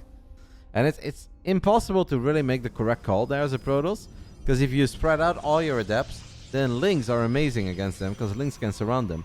But if you put them next to each other, then Banelings are going to blow them up. So it's just hard to really get any value out of that many Adepts. Until maybe later in the game if you have more protection for them. Kinda nice, by the way, to have a Robo as part of your wall off. You don't have to worry about units being stuck in hold position. Lings and Banes are gonna go for a fight here, I think, with a well-placed overcharge. You should be fine, but the overcharge actually gets unpowered. Now, the Warp Prism could power the battery. But that's apparently not needed. Because Raka was going to disengage. I actually think Raka should have stuck around there for a split second. And he should have fought a bit longer after unpowering overcharge. Because we do have two brave Adepts in the bottom side of the map. Rotti with the raid. Thank you, mate. Hopefully you had a fun day of StarCraft. Welcome, everyone. I'm doing a little community tournament called the Legion Cup or the Vulcan Cup. This is the lower bracket match. We have one more best of 3 after this. Players are allowed to play in this tournament as long as their MMR is not above 5,300. So everyone that we are looking at is under 5,300 MMR. So there are a couple GMs in the tournament, a lot of Master League players in the tournament. But you're not allowed to play if you're above 5'3". So far the games have been fun. I watched a couple of the games yesterday. We had 2 players advance into the playoffs that will be played in a couple of weeks. Next weekend we have Group C and D. !B will link you to the correct Wikipedia. And I can also show it to you guys after this game. Raka seems to struggle a little in spending his money. I know that he's banking up some resources for Mudas. How much love? 15? Okay, he can make around 11 or 12. It's gonna be tough, but not impossible. I think this game can still go somewhere for the Zergi. But he needs to make sure that he keeps on injecting, keeps on making drones. I wouldn't hate like a spine here and there to make your life a little bit easier. Good denial of those Adepts. They find absolutely nothing. And I don't think they quite saw the Mudas pop either. We have no cannons or batteries in the main. No cannons or batteries in the natural other than the early game battery. So these Mudas, they have potential. I wouldn't even hate him doubling down on Mudas, by the way. Because the Stalker count at this point is not that high. I don't think we really need those roaches quite yet. There is Blink. There is Blink and +1. But it's still hard to deal with 10 plus Mudas if you don't expect them. We're gonna see how much damage our man Raka can do with these Mutalisks. Because they fly into the main base, on power a couple of gateways, and Mr. L says, you know what, fuck it. If there is one thing that I hate in life, it's chasing after Mudas. I ain't doing that. I'm just gonna run to the other side of the map and force a fight. The Banelings are close to finishing up. The Baneling speed not quite done yet. The roach count is 11. You don't really have a lot of ravages, but I honestly think with the Mudas, Lings, Roaches, Banelings, if you snipe the Warp Prism here with your Mudas, I actually think the Zerg can win this fight. Maybe it's Scopian, but I really do believe that the Zerg can win this fight. The Warp Prism got ignored. I think that is a bit of a mistake. The Mudas come in kind of after all the Lings and Banes have already died, but it's still a good fight for the Zergi. Could have been even better. I need to take care of that Prism, my friend. Oh, straight disrupt there. Oh, hello there. Fire! Kill its creep tumor! Ugh. That's a real guessing game because he obviously had absolutely no idea where those creep tumors are. Good fight there, guys, by Raka. We've got a series on our hands. These two seem to be pretty evenly matched. Mr. L now, I think, in a bit of trouble for the first time in this game. Does have a lot of Stalkers, so at this point he can deal with the Mudas. I actually think if Raka would have just kept on building Mutalisk non-stop, he would have like 20 plus Mudas now, and that's so freaking hard to deal with a couple Stalkers. I just don't really know how you would deal with that.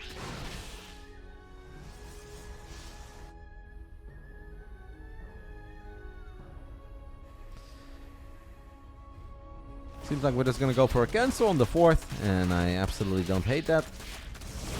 Protoss army is a bit out of position. Is sneaking in a few more Mudas now. I do feel that we've been on 4 bases for a while. Could have had a few more drones. It seems that the injections are not quite at the level that Rarka would love it to be at. And that's why he's always a little short on larva and he's floating a few more resources than he's supposed to. But I think with the 103 army supply, especially on creep, I believe that the man can win the fight. He's got only 10 mutas. The forward blink is very ambitious. I think Rarka wins this fight, guys. And I think he wins it convincingly. The Immortals are going to fall. The Colossus is already dead. All the Stalkers have died. And Rarka takes a big, big W. This man needs to work on his injects. If he does that, I think he's honestly a couple hundred MMR better immediately. I think he's got some good ideas of strategies. I think he's got some very sexy engagements. I think overall a decent read and understanding of the game. It just seems that his queen play is the weakest part of his StarCraft 2 skill. It's a bit of a shame because it's super important for Zerg. I don't think all that hard. But it's not going to hinder him too much here in that first game, because I do believe this game belongs to him. Obviously, he needs to still spend his money, make sure we don't take a very bad fight. Make sure we don't lose all of our mutas one by one and ravages one by one. Come on now, Rarka. Alright. Right after all of that, he sneaks out 14 drones. I believe these guys are around 4,900, yeah, 5k. Some of you guys say 4.8, but I feel like they're playing well.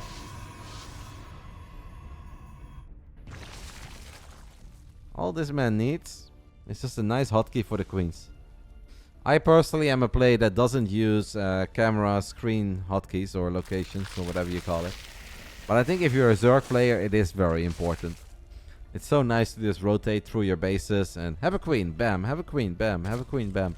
If you don't use that, I think playing Zerg is pretty rough. Huh? Didn't know you are fun of the... You are a fun? You mean a fan? They feel closer to your level so you can empathize with them? Cuckoo, if I was you, I would not play another ladder game in the next month if the old man is laddering. Otherwise, your next ladder session will be full of Cuckoo versus Mr. L and Cuckoo versus Rarka. Because I'm pretty certain I've won the last 4 games in a row against you, mate. You're getting absolutely butchered by this old man, so...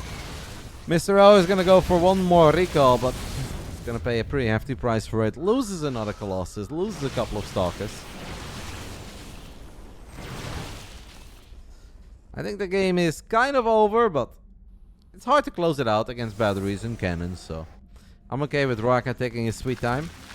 Maybe even working a little bit on his macro play. We're getting a hive. Those 14 extra drones he made were kind of important. Because there's always a chance where as a 55 drone Zerg, if you take a really bad fight, you can throw. But I think with 70 plus drones against a 3-base Protoss, that is not even really a 3-base Protoss anymore, because the main base pretty much gone, and even a natural is only half a base. I think you're fine. Thank you, Wolfner, for the 21 months.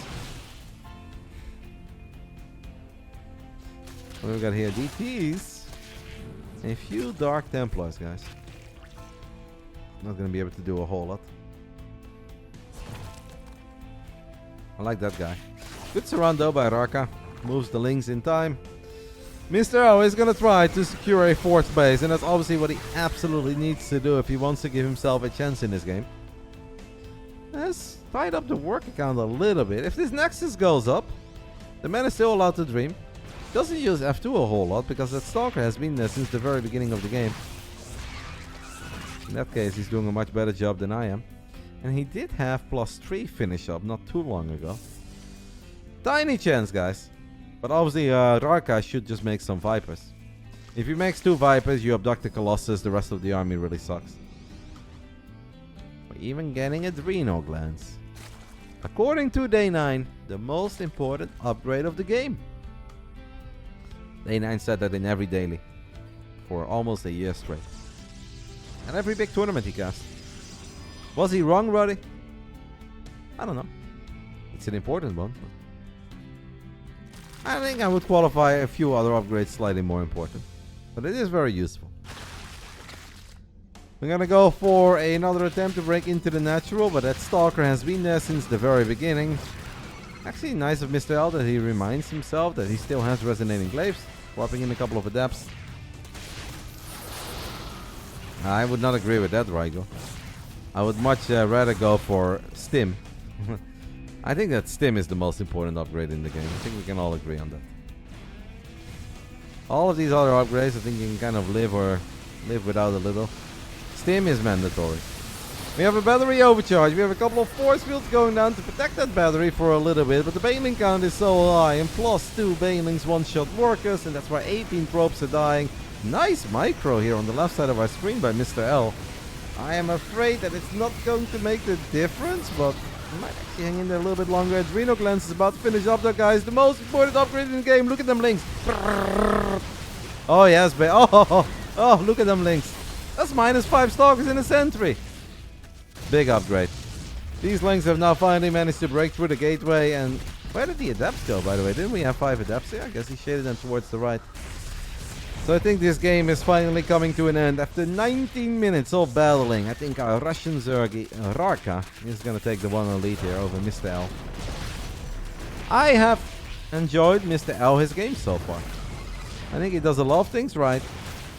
He just made one attack early on that he really shouldn't have made, because he was in a good spot. It was up to the Zerg to attack him. And then maybe the move out once the Mudas revealed themselves wasn't quite it either. GG gets called. Rarka takes the 1-0 lead. But I think it's safe to say that it's very, very close between these two. I think bailing speed is important. Warp gate is important but you can still play without it. You can still just build units. You can also just play Phoenix Colossus and then you don't need warp gate at all. I think Stim is the most important upgrade in the game. For everybody that only has one screen, this is the tournament we're currently watching. It's a very long tournament. We are currently in the round of 16. So 8 players will advance into the playoffs. 8 players get eliminated. It's a fun community tournament for players up to 5,300 MMR. So basically low GM and everything that comes underneath that. We have 3 players in the playoffs so far. Flexi and Danny got the job done yesterday. We saw Kinpach winning earlier. And now we are trying to figure out who is going to be the second player of Group B to make it into the playoffs. That will be played sometime next week. Next month, sorry. Round 2. Fight! 5,300 MMR and below, Gian Wolf. Alright guys, round 2. This man is up 1-0, not the other one. In the top left side, we are looking at the main base of our Russian Zergi. 4,900 MMR, give or take. It's Rarka. Actually, you know, we had a lot of good sound effects. The Sorceress from Human. It's like, kick down, Sparky. And something with Hotshot. But I actually thought the Sorceress had a lot of very good lines. In the bottom right side of Gresvan, we are looking at the main base of the Protoss. He needs to win 2 in a row, otherwise he's eliminated of the tournament. Our German Toss, playing good games so far, unfortunately not winning. It's Mr. L. They came from behind. Yeah. We should actually open a YouTube video with all the Warcraft 3 lines. There are so many good ones. You know, the Demon Hunter made very weird sounds, right? Where it's like... But if you take the audio file of a Demon Hunter and you roll it backwards, it actually just says normal stuff. They just flipped it around. So one of the lines of the Demon Hunter is actually, I love green trees. But it doesn't sound like that in the game because it just sounds like a bunch of gibberish. But if you turn the audio file around, it just says that he loves green trees.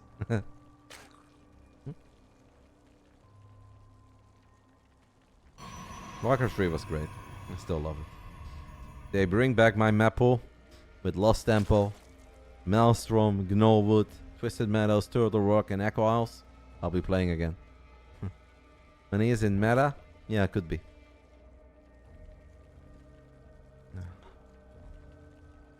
Clicking on sheep until they nuclear attack you. Or just good old peons. Work. I'm blind, not deaf.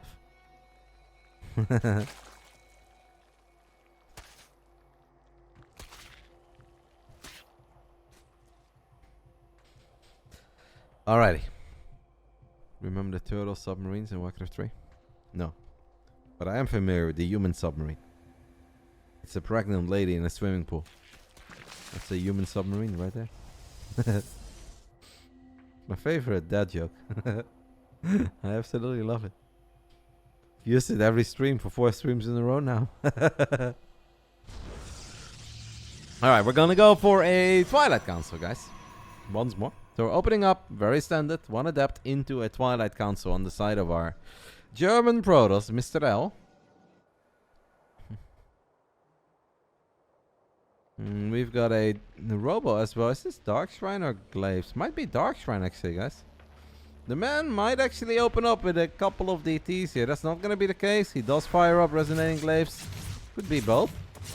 Let's see if this first Adept is going to be a successful one. Good job there, going for that one drone that he already attacked earlier. Now a couple of drones alone HP. Are we ever going to kill some of them, mate? Gets his second one, and I think that's it. Not bad, though. A little bit of lost mining time. Random spore crawlers going up. 2 drones, 1 Adept. If I am Mr. L, I will take it. I think he can tie things up here, guys. I kind of feel like he deserves that. The man was close in the previous game. He should be fine.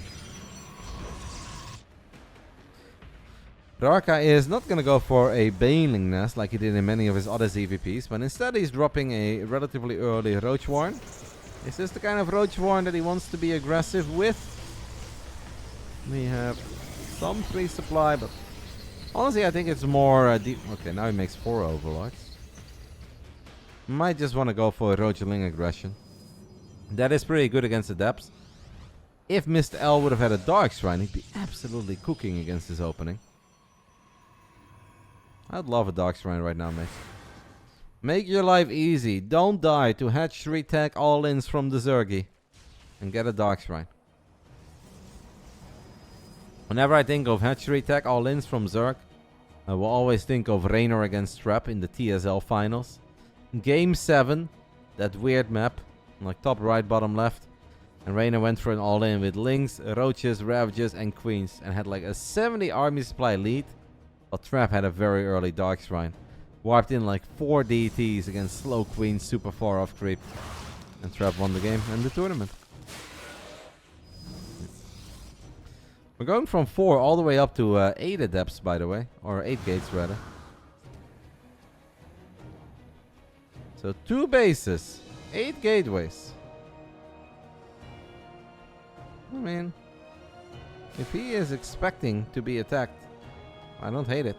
I actually don't even know what's happening right now. Like, who is going to attack who? I wonder if the players know. It seems that Rarka is very keen on attacking. Whoa, okay, that's a lot of Ravages. The Adepts are on top of it, though. You can maybe kill at least 1, if not 2. Actually, what a great catch, man. What a great catch for these Adepts. Now, you do need to shade, my friend. You do need to shade. Oh, corrosive ball. Corrosive ball, then. No, he's not going to do it. Yeah, that's a little late. And random. Still very, very good job there by Mr. L. He bought a lot of time for himself. He's got so many freaking Adepts. A Robobay would honestly be a sick choice here. 68 army supply, but it's a lot of links against 14 Adepts with Resonating Glaive. Mr. L is in a good spot, but he can obviously mess up. Magnet said the Rarka needs to defend. Yeah, I think they both need to defend, to be completely honest. Yeah, Rarka is all in, but what about Mr. L, guys? He's got 8 gateways, 41 probes, 7 minutes into the game. Is he not all in? And if they're both all in, then the guy with 1 more base can actually start chilling. Like, the Robo Bay is a good choice, but it's a 7-minute game, and he's a 2-base Protoss.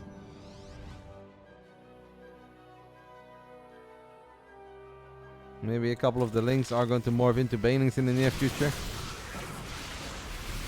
Good job there, keeping the Stalker alive. War Prism, guys, has gone into the main base, but the Rarka's all over it. Excellent minimap awareness here. Very well done. What is happening here? The Adepts are going for a forward shade. It's craziness, but it's working out so far. Grabs a couple of the Ravages. This is now a lot of links, guys, that could potentially run into the natural, but kudos to Mr. L, always having a Stalker there. We have some Banelings morphing now, guys. Banelings on creep against a lot of Adepts. Fucking good. War Prism is here in the top. I like it for the Zerg. On creep, I really like it for the Zerg. Banelings too good here, man. I really think Banelings are too good here. We can see a couple of these Banelings already connecting with the Adepts. Now the Immortals get surrounded. Lynx Ravages on top of Immortals. All 3 Immortals die. The Adepts die. On creep is just a very, very good fight for the Zerg. Should Mr. L have taken that fight? No. Seems that he was busy dealing with the Link counterattack as well. Used battery overcharge but lost the cybernetics core. That means that at this point he can only warp in slow zealots. Does have that Robo Bay finishing up. Now we're building 2 cybernetic cores. I don't know what that is all about. I think it's game over, guys. I'm afraid that Mr. L is not going to get the time here that he needs. He's a little too aggressive as a Protoss, especially taking fights on creep. I like to do it too, but it's just so difficult, man. Zerg units become 3 times better on creep than they are off creep. The Stalker dies, the Immortal dies. We have a couple of Banelings running into slow zealots in the main, but the Natural has been broken, and that means that a lot of these probes are going to fall. That Nexus will most likely fall. 70 armies fly against 9. Obviously means that this one is all over. GG gets called. It's Rarka who is going to advance into the final round of this group. Mr. L, unfortunately, is eliminated from the Legion Cup. His journey ends here. I hope he still had some fun. The final best of 3 of our Legion Cup broadcast today. Hopefully you guys are having fun. I'll see you soon. Alright guys, one last best of 3 here on the Sunday. Tomorrow we have an amazing day of StarCraft ahead of us because we've got the European Pro Tour Weekly in the night. But obviously we've got Masters Colosseum as well. I believe that starts 1 p.m. my time. I do have to get a haircut at 12. But I should be back in time to watch some Masters Colosseum. I'm sure I'm not the only one covering it, but I'm obviously excited for those games. For now, let's enjoy our final best of 3 of the night. Let's get it on. Round 1. Fight!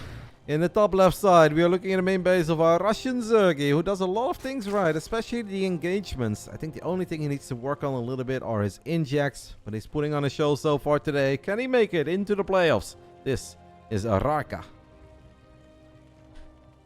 Masters Cup starts Tuesday. I really thought it started tomorrow on the 21st, but if it starts Tuesday, I'm very happy.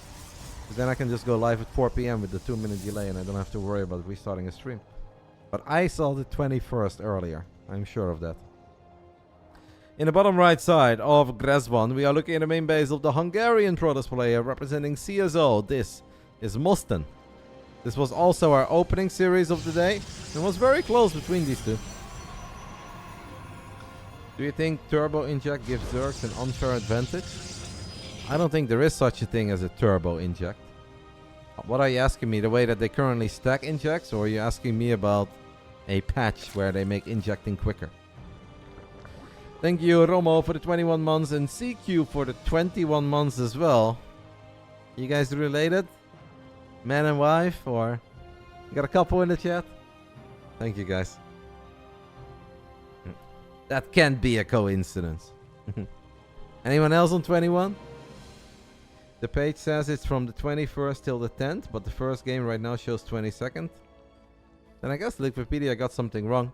Yeah, I just focused on the starting date. But okay, that means that it's Masters Colosseum on Tuesday and not tomorrow. I think that's fine. Using turbo hotkeys, you can basically inject all your bases in less than 2 seconds. That's why Zerg APMs. Well, I'm not exactly sure what you're asking me. Are you saying that it's unfair that Zerg players are fast and use camera hotkeys? I mean, solid point, but I don't know if we can really complain about that. If you mean rapid fire, I mean Protoss players use rapid fire too, and Terran players use it as well, right? Terran players use it for the ghost snipe, pew pew pew pew pew. Protoss players use it for warping in units. We've got a Baneling nest going down, by the way, guys. A very early Baneling nest. Rarka has been a somewhat aggressive boy throughout the entire day. And if our man Musten does not make a Stalker, this can honestly be hard. I think at this point he's got no idea that this is happening. He's making a Void Ray, which can be useful. Void Rays are not necessarily ultra good. He is scouting though. Like, Musten clearly knows what he's dealing with. And that is an aggressive Zergi who enjoys a good old all-in. But you need a shield battery at the very bare minimum. Without a battery, I think you're dead, right?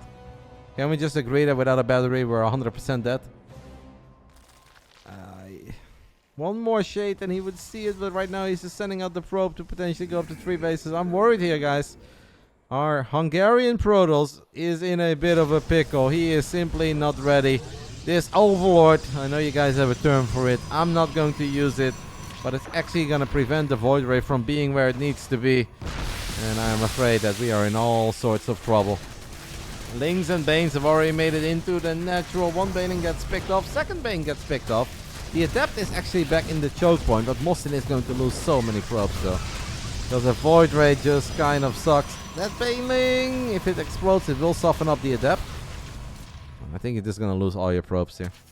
Without a shield battery, I do not believe you can deal with a Baneling bust. Okay, we have an Oracle. It's actually kind of good so far, to be honest. Oracle is going to run out of energy though, and that's when the Lynx can find some more damage. The Adept is going to fall. Now it's just one Void Ray protecting the front. A few more probes will fall. No, he used the Lynx to go for the pylon. Okay, and he does unpower the Stargate. That's pretty cool. But now Warp Gate is done.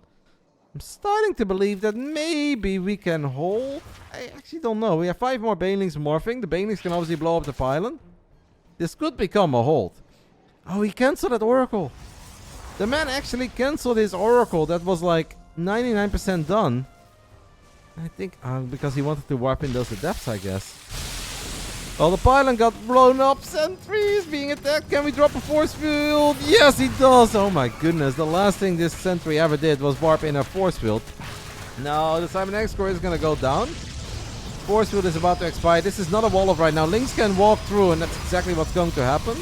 But with Pulsar Beam, a Void Ray, and 3 Adepts, it's still a hold so far. Wow. I mean, obviously we're in a very awkward spot as the Protoss because he has no Cyber X core at the moment. Has 3 bases, but can't really defend 3 bases. But he's still 14 workers ahead. And we do have 1 Oracle and a Void Ray. I guess it's a hold. Honestly, incredibly well done. Without a shield battery, I would have never been able to hold this. I'm very impressed by our man from Hungary. He's not quite there yet. The problem is without any energy. Uh-oh. He might lose track of that too, guys. Denver Banes. Denver Banes. 4 Lynx.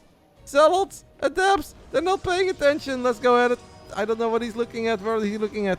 He's looking in the natural right now. He's looking at the natural. The pylon. He's gonna go for the pylons again. I would have gone for the probes, mate. There's like 16 probes there. There's 16 probes there that he could have gone for, and instead he goes for pylons that he doesn't kill. Oh.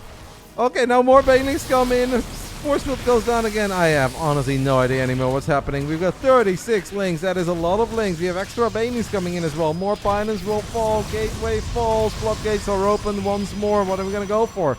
No, why don't you blow up some probes? He really wants to just make sure that the floodgates stay open. I think he could have killed over 25 probes at this point. Shield battery, overcharge, and Oracle and probes are good enough.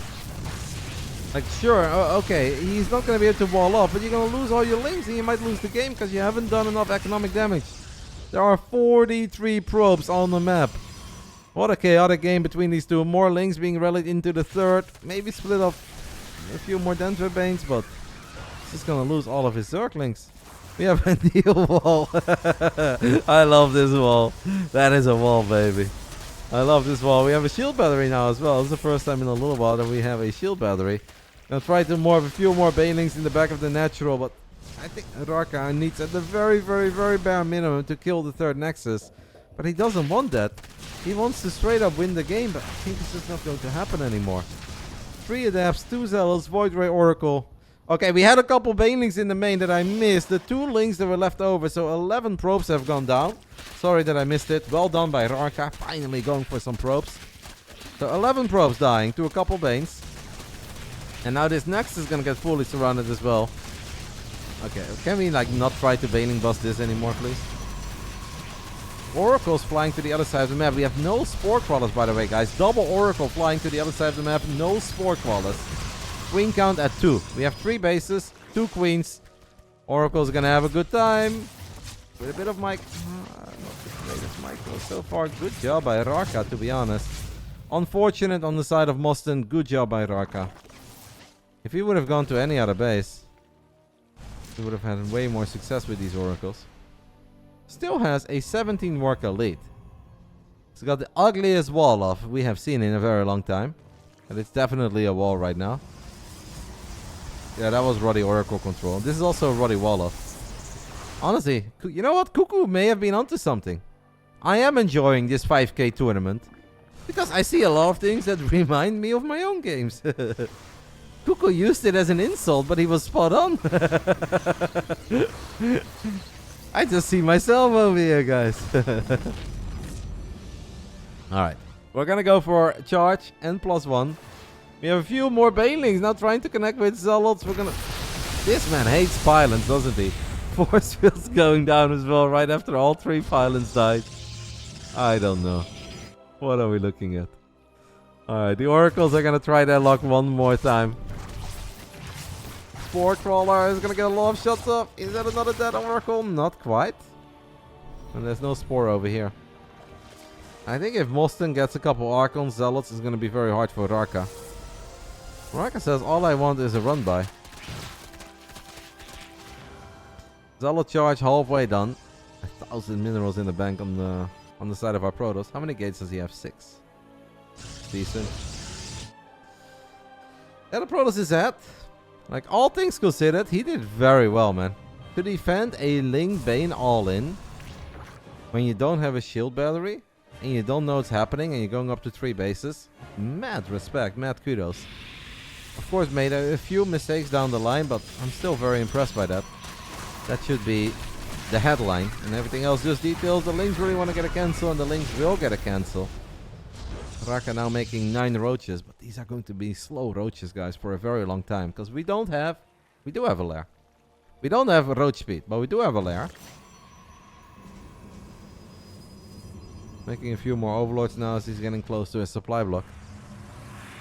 Moston, I want to say, probably has no idea what kind of spot he's in. But he did see a thing or two with the oracles. He knows that there were no drones here. So at best, he's dealing with a 38, 42 kind of drone circ, right? 16, 16, and let's say 2 gases or 3. So he does kind of know that. This is a very difficult army to fight. A couple of banelings are going to come in very handy against these 16 zealots. Lings are counterattacking one more time, but cannon battery void rate too good. In the end, we split off 4 zealots to kill a few drones. Moston in a very good spot. Finally, guys, the man got his run by. All he wanted is a run by. He's like, what am I gonna do now? Gonna morph a couple banelings in the corner. Do you guys want to play a recall? What has been recalled? What did we recall? Couple zealots from bottom left, I guess. That's a lot of Lings morphing into banelings, but Moston is all over it, so Raka in the end just loses some supply. If he attacks right now, 22 roaches with roach speed against 17 zealots. We have a couple banelings in the mix. There is a chance. But the oracles are a problem. There's no anti-air, and of course there is still that void rate too. Do you guys want to play a fun guessing game? How many pylons went down in this game? How many pylons did Raka manage to kill in the 12-minute game? Obviously 30 and 69 are silly answers. I feel like it's gotta be around 10-ish. I think my number is... I'm gonna go with 11. Because nobody has guessed 11. I'm gonna go 11. 13! And an Axis. Counts as a fat pylon. 13 pylons, guys. That is a lot. Spots, by the way. Nailed it. My man still got it. Didn't see it, Sybil. Sorry. Spots is the one who nailed it. 13 pylons is a lot. It's a pylon per minute. His PPM is pretty good, guys. 1 PPM. Raka is still on 35 drones. That obviously is not going to give him a lot of longevity to stay in this game. He's in a bit of a pickle in that regard. 35 drones. Spire, baby. Take that, Protoss nerds. If this Spire wins the game, I'm retiring, by the way. We're earning like 3 mutas per minute. Guardian Shield gets activated for all these roaches, Void Rays, Archons, Immortal. I wouldn't hate prismatic alignment here, and that's exactly what Moston does. Moston really is a good defensive Protoss. We've got these player cards, and I saw them giving a pretty high rating. But defensively, this man has done a lot of things right. Not just in this game, but also in the other games. Nice Baneling connection there, but shield battery overcharge too good. 4 Oracles just chilling. I'm gonna drop a Revelation and see that Spire too. Hello? Can we not put our oracles AFK, please? One oracle dies. Double revelation. Sees the spire. Already has +2. Has archons. Does not have blink. But obviously Ararka does not have the money to really get a lot of mutas out. I'm afraid, guys, that Mostin has created an army that I don't think Ararka can really deal with. Unless he just micros very bad and Ararka does a great job. Ararka, his fights have been excellent on creep. I'm afraid this is just an unfair fight. Even have a few stasis trappies in the back. 2 queens, by the way, guys. 15-minute game, 2 queens. And no queens die. We already saw that the injects were not necessarily always on point in some of the macro games, but I cannot remember for the life of me that I saw 2 queens in a 15-minute game. And this was a competitive 15-minute game. We weren't even trolling. This Protoss army, just too big, too powerful. DPS is alright. The Immortals are really putting a number on these roaches. Oracle still having some energy for Pulsar Beam. There are a couple probes falling once more to Banelings on the other side of the map, but obviously that doesn't matter. Ararka is forced to tap out. What a win by Mostin. Because the moment I saw those Banelings morph, and we had no shield battery, and we were going up to 3 bases, I was 99% certain that the man was going to die. And I do think that Ararka a few times obviously should have prioritized killing probes over those pylons that he kept on killing. But still, great job by Mostin. Like, that's honestly a very impressive hold. I am impressed. Without a Stalker in the wall off or a shield battery to pull that off, super impressive. Basically only saw the Banelings by the time they started exploding onto his stuff. So, pro gamers sometimes step out with like 100 army supply. Your man Ararka fights until 3. We actually had our man Mr. L fighting with 2 army supply earlier as well. 1 probe, a Dark Shrine against 24 Zealots. Didn't have a main anymore. He's like, went behind, go Dark Shrine? That was an ambitious one. Fun game though. These two have really created some fun games with one another. It could be our final game of the day. Ararka, Mostin. Hopefully we get a game 3. I kind of feel that Ararka deserves a game 3. Hope we can get there. Been a fun little stream, guys. I had a good time.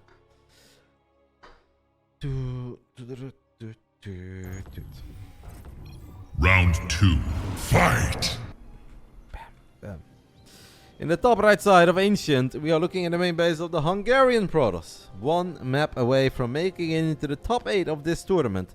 That is for players up to 5,300 MMR. So 5-3 and everything below it. First place, by the way, is 300 buckies. So legitimately a cool tournament for guys around this level. This is CSO Mostin. And in the bottom left side, we're looking at the main base of the Russian Zerg, who does not love queens. Does love Lings and Banes. This is Ararka. And mutas. You know a man loves mutas if he's building a spire of 35 drones. That's when you know that is their equivalent of the Dark Shrine. Your bro Chris. Did you play in this tournament actually, Chris?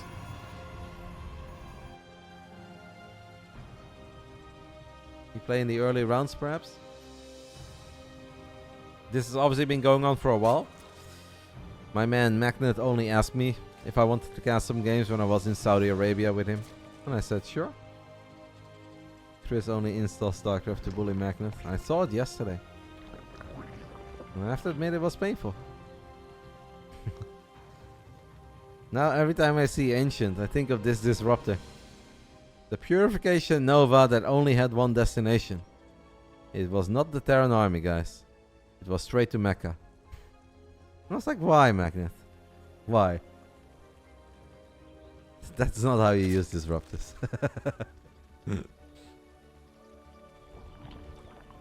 That was fun. Seems like a fun little league that you guys got going on there. I would really like to organize a fun, chill, casual league as well, where like things are serious, but the schedule would be ultra flexible and not everything has to be streamed. I'm just gonna shop around a little bit. Bunch of guys between like 5.5 and 6k.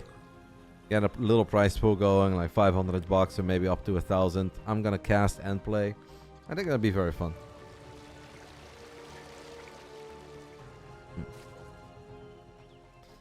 We'll work on that sometime next week after the WTL qualifies.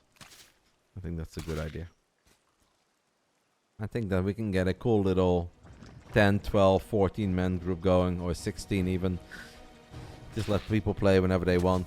Maybe put a tiny bit of prize money for every single best of 3, like even if it's like 10 bucks. I think that's cool. Hello, Bel Air. Maybe I even can get Basilisk to sponsor it. I can start working on my presentation. Got an adept chasing a couple of these slow zerglings in the center of the map. Moston will once more go for the Void Ray.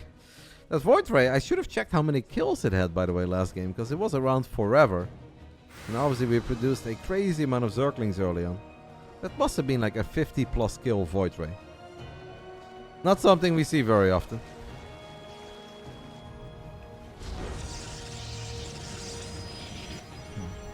What's the best way to contribute? Well, I'm just speculating, mate. If you mean for this tournament, there's a Matcherino. So exclamation mark Matcherino. If you meant for the potential tournament, hypothetical tournament that I just talked about, that is way too early to talk about.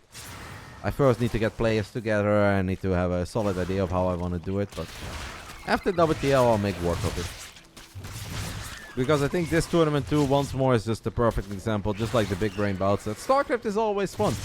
As long as the competition is somewhat even, and you don't really know who's going to win, and players have to work for it, it's just always fun. We've got a lair going up in the main base. It's an early lair, guys. 4-minute lair. What could it be? Queen Lingbane Nidus? But the man doesn't love queens. So is it a very early Spire? You heard the new Homestory Cup will have a cage match with sharks with laser beams on their head? Well, we are supposed to go to Krefeld sometime soon. I don't know if the date is publicly announced yet, so I don't really want to make the announcement, but we're gonna have basically a mini Homestory Cup. Not necessarily open to the public, but I don't know. Dennis has a lot of ideas, and it's not gonna be at the Take TV venue, but it's gonna be in Dennis's house. And Dennis has a very cool house. So, we'll see. I think you guys will enjoy watching that. What is the plan here for Arca, guys? I think Queenling Nidus, right? Yeah, it's Queenling Nidus. All of a sudden I see this man with 5 queens. We know what's up. Yeah, I think it's a bit similar to what the Seed Story Cup used to be, but like Dennis wants to make it a very extreme Homestory Cup. He's like, oh, just like the old days, and we're gonna do crazy stuff. And it's like, yeah, but we used to be 20 and now we're 35, you know. So we can't really be that crazy. But I think we're gonna have a great time regardless. Obviously, he spoke about it a lot last Homestory Cup. I think if you guys were watching the fundraiser donation drive back then, I think you guys know. Alright guys, where are we going to Nidus then? This is an Overseer. The Oracle could keep tabs of it. It's a lot of links in the front. Araka going for another all-in. And I like this one. I actually really like it. Let's not lose too many links, please. There is no vision. Let's go ahead and take a look at the vision of Moston. Moston is checking. He's worried of something. He's worried about aggression. That pylon may see it, but I'm afraid that pylon is going to be too late. That pylon sees a dot on the minimap right now. He sees it. Okay, at this point the man knows. Now he should really F2A move, but it's already too late to really do something about it. All of the links are going to run into the third. All the queens are in the main. Whoa, whoa, whoa, whoa. Wait, what did he just do? What did he just do? I don't even know what just happened there. All the queens attacked the Nidus and Banelings killed the Nidus? What the hell just happened there? That Nidus was very close to dying and a bunch of Banelings exploded too. This Void Ray is going to get picked off. We're going to try to get another Nidus up in front of the third base. The queens are pretty good, Araka. Now the Stalkers do have Blink. The Lings are really trying to make their way into the natural. Do we have battery overcharge? We've already used it on something. I just don't know what. Queens are battling gateway units. Lings are not doing anything. I have a crazy suggestion, guys. But what about like fighting with the Lings and Queens in the same place?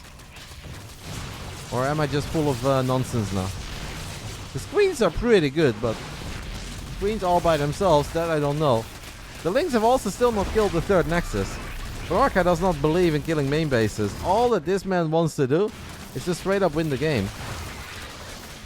Battery overcharge number 2. Coco really was onto something. You have to kill this Nexus, my friend. He's gonna try to get another Nidus up in the corner of the main base, and Mostin is not seeing it, guys. He lost vision of the corner of his main. So another Nidus will go up there. Still 8 queens and 63 Lynx. This Nexus falls, the pylons fall, and now the Lynx can finally battle at the same time as the queens are battling.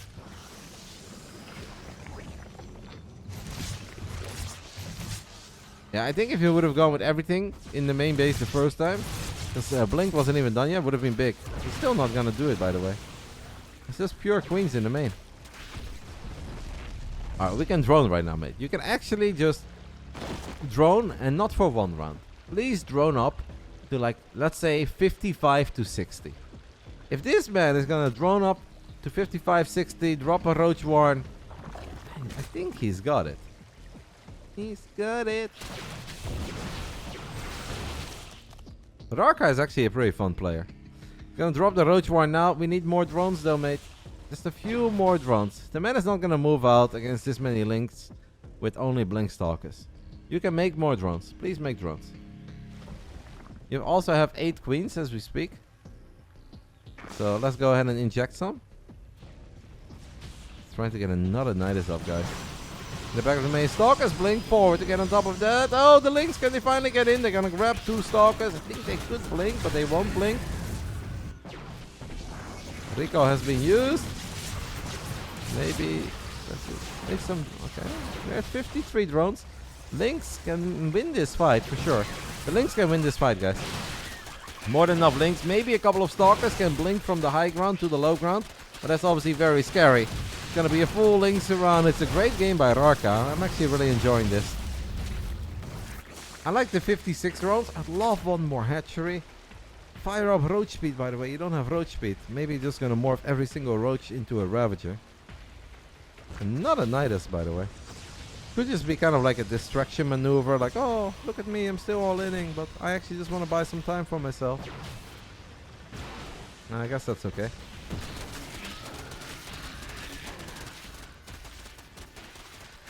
I think the one thing that Rarka is just missing is what I was alluding to earlier, is the 4th hatchery. I think he could have dropped that quite a bit earlier by now. He's been floating money for the last 2 minutes.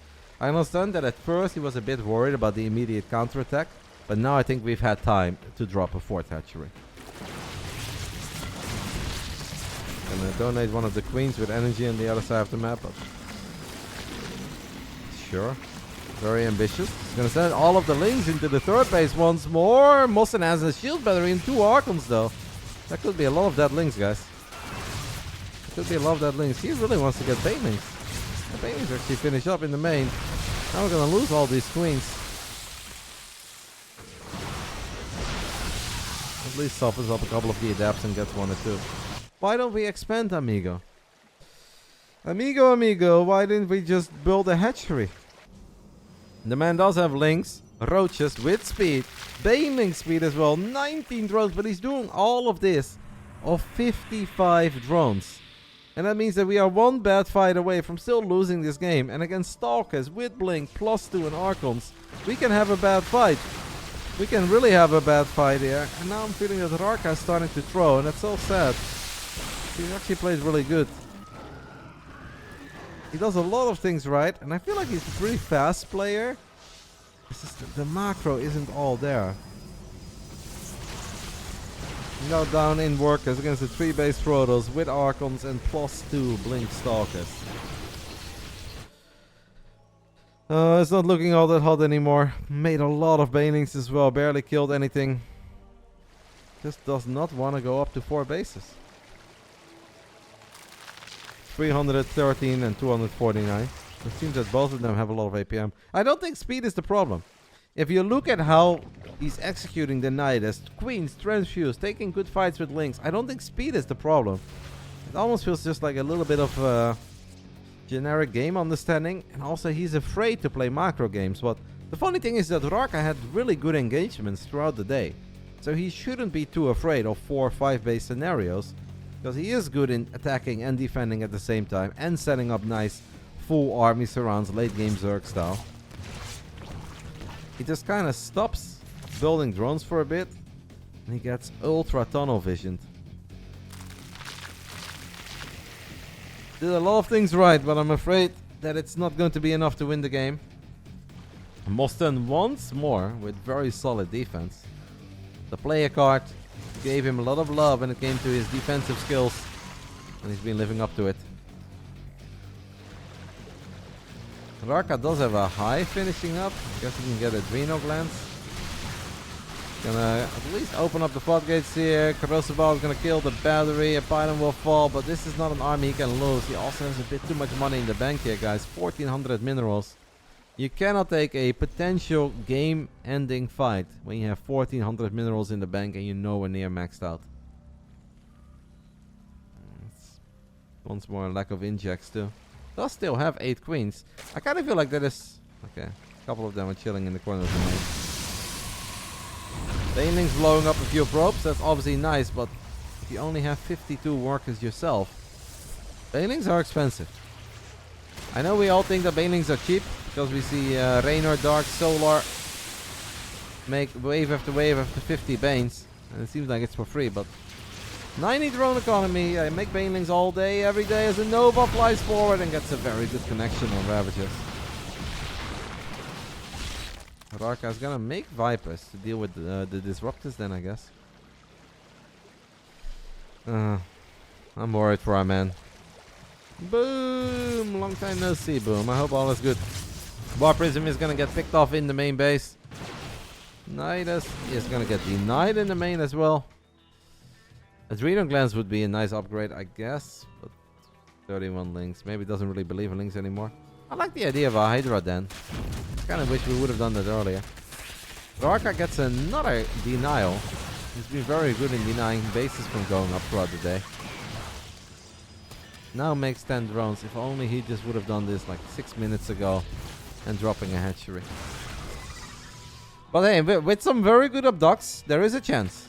A nice blinding cloud perhaps, and some good abducts, there is a chance.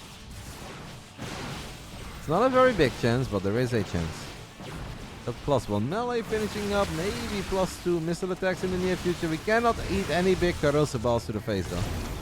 Not corrosive, purification novas. We need to avoid purification novas on the roaches and the ravagers at all costs. Because he obviously doesn't have crazy numbers that he can absorb 1 or 2 big balls. Greetings from Zandvoort, Classic Barbecue Holicon. You're in Zandvoort, mate. You're chilling. You're a week early, by the way. Supposed to be in Zandvoort next weekend. +1 Banelings, guys. Not +2, but it's a lot of probes here, and the probes are not being pulled, so that's a lot of workers going down. Good job here by Rarka. 17 with +1 Banes. Yeah, we'll take that. Hello, Dr. Rossi. Hello, Asher Bro as well. Look at all these lovely nerds stopping by today. I appreciate it. I think Zandvoort now is already kind of cool. Because you see a lot of the F1 traffic. Might run into Max. Be a bit early, but it's possible. This Nidus gets denied by Zealots and a Stalker. Moston is going very heavy on the Archons. It's ultra heavy on the Archons. I guess composition-wise it's fine. If Rarka would just be able to get a few lurkers out, he'd really be allowed to dream. In general, I don't believe in armies with this many Archons, but against Roachling, Ravager, Viper, yeah, it's pretty good. It is pretty good. Gonna get Adrenal Glands now as well at minute 17. Rarka thinks about going for a fight. The Vipers, no, he loses 2 out of 3. Without really doing anything. And in the end, we abduct 1 Blink Stalker, guys. Okay, I think it's safe to say that Rarka is a little better with the Lings and Banes than he is with the Vipers. I mean, he's played well. I think these guys were very evenly matched. Moston pulled off a couple of absolutely fantastic holds that I think were very impressive. And Rarka got himself in good spots. Unfortunately, just wasn't quite able to capitalize on it. Now it feels like this game is going to end in the near future. We have Novas flying towards the army. I do believe there is another Baneling run by, so we can take a look at another 20 probe. Go! Go! Blow up some stuff. At least 9 workers going down. It's a lot of Banes. We have probes here too. No, not the stasis trapping. That's obviously satisfying. We also had a couple of Zealots ravaging the entire mineral line of Orarka, the third. We have 11 Archons, 31 Stalkers, and 6 Disruptors. If Moston wins this game, he can make another appearance in the playoffs in give or take 2-3 weeks from now. Next weekend we have 2 more groups, guys, of this tournament. I should be here for both of it. It's been fun this weekend. That was adorable. Did you guys see that Archon? It's like, wee. That was more like a jump. Wasn't even abducted. That Archon just jumped. If this was Pickleball, he would get a code violation right there. Not allowed to stomp your foot, okay? Stomp your feet, whatever. Don't show that much athleticism. Raka's trying to get one final sexy surround going. He's gonna be forced to fight, I think, right before the upgrades, but there's no way he cleans up this army. He knows it. We'll try to get a few more probes on the top side of the map with a tiny Ling Roach counterattack. But look at this monstrous Protoss army, guys. A lot of big yellow balls. It's hard to deal with. Darka is going to make another Viper. It's okay, amigo. Darka tried, and I think showed us a lot of cool stuff. Just needs to work a little bit on his spellcasters. The Queens, the Vipers. Queen play was a bit better this game offensively, but macro-wise, I think it still could have been better. It's okay though, we live and learn. I hope that he had fun. Hopefully he's not molding over Protoss being bullshit. I think it was a fun best of 3. Really battling, tournament live on the line. Wants to do his absolute best, but I'm afraid there is no way. Obviously Protoss has a recall. There's only 11 workers left on the side of Moston. He's got an army that will never die. If only Raka could build a Dark Shrine. It says, even if Moston fights with like 33% of his army 2 times, I think he's gonna do pretty good. Huh? That Disruptor gets picked up, so that's obviously a nice catch, but there is more where that came from. There are 6 more Disruptors out on the map. Raka is running low on buildings, by the way. Only 3 buildings remaining. Another Viper dies. It's not been the game of the Viper, eh, guys? Now the rest of the Protoss army is actually going to run into these Zerg units that are trying to make their way home, or whatever is left from home. But obviously there is no way home. Protoss too big, too powerful. It's Moston who advances into the playoffs of the Legion Cup, the Vulcan Cup. Unfortunately for Raka, his journey ends here, but honestly, they get my love, they get my respect, and I was entertained. I think they put up a good fight. Some really cool games between these guys. And Raka, if you ever watch this, mate, just focus a little bit on the Queen play. Because there's actually a lot of things that I think are a lot harder than babysitting your Queens properly. And he already does all of those things correctly. So I think if he gets a little bit better with maybe camera hotkeys and injecting hatcheries properly, I think he's going to make a serious jump in MMR. It was fun. GG's. Congrats to our man Kinpach, who won the group. Congrats to Moston for being the runner-up. That means we now have 4 players in the playoffs, guys. We've got a Protoss, a Terran, and a random player. And what we really need is a Zerg. There are 2 Zergies in the final group next weekend on Sunday. I don't know what time this will be. I don't know if they have a time. So next Saturday, this tournament will continue with Stranik, Kamikaze, Maro, and Nisho. Apparently the best Italian Protoss, not counting... Oh, the second best Italian Protoss. Not counting Azura, not counting Rainer's off-race. And then obviously in Group D, we've got some Zerg representation. And Heaven. I actually always like watching Heaven play. He's a nice dude and he's a good player. So that will happen next week, guys. And I should be here for it. I'll definitely, I think, do Saturday and maybe we'll do Sunday as well. We'll see what's on the agenda. But I'm enjoying myself. I thought these first 2 days were awesome. So now I want to see more.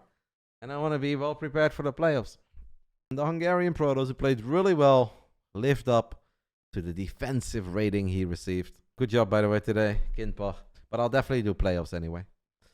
What kind of tournament is this? Why no pros in it? Yeah, there's no pros because it's capped at 5,300 MMR. So it's for everyone that is not above 5.3.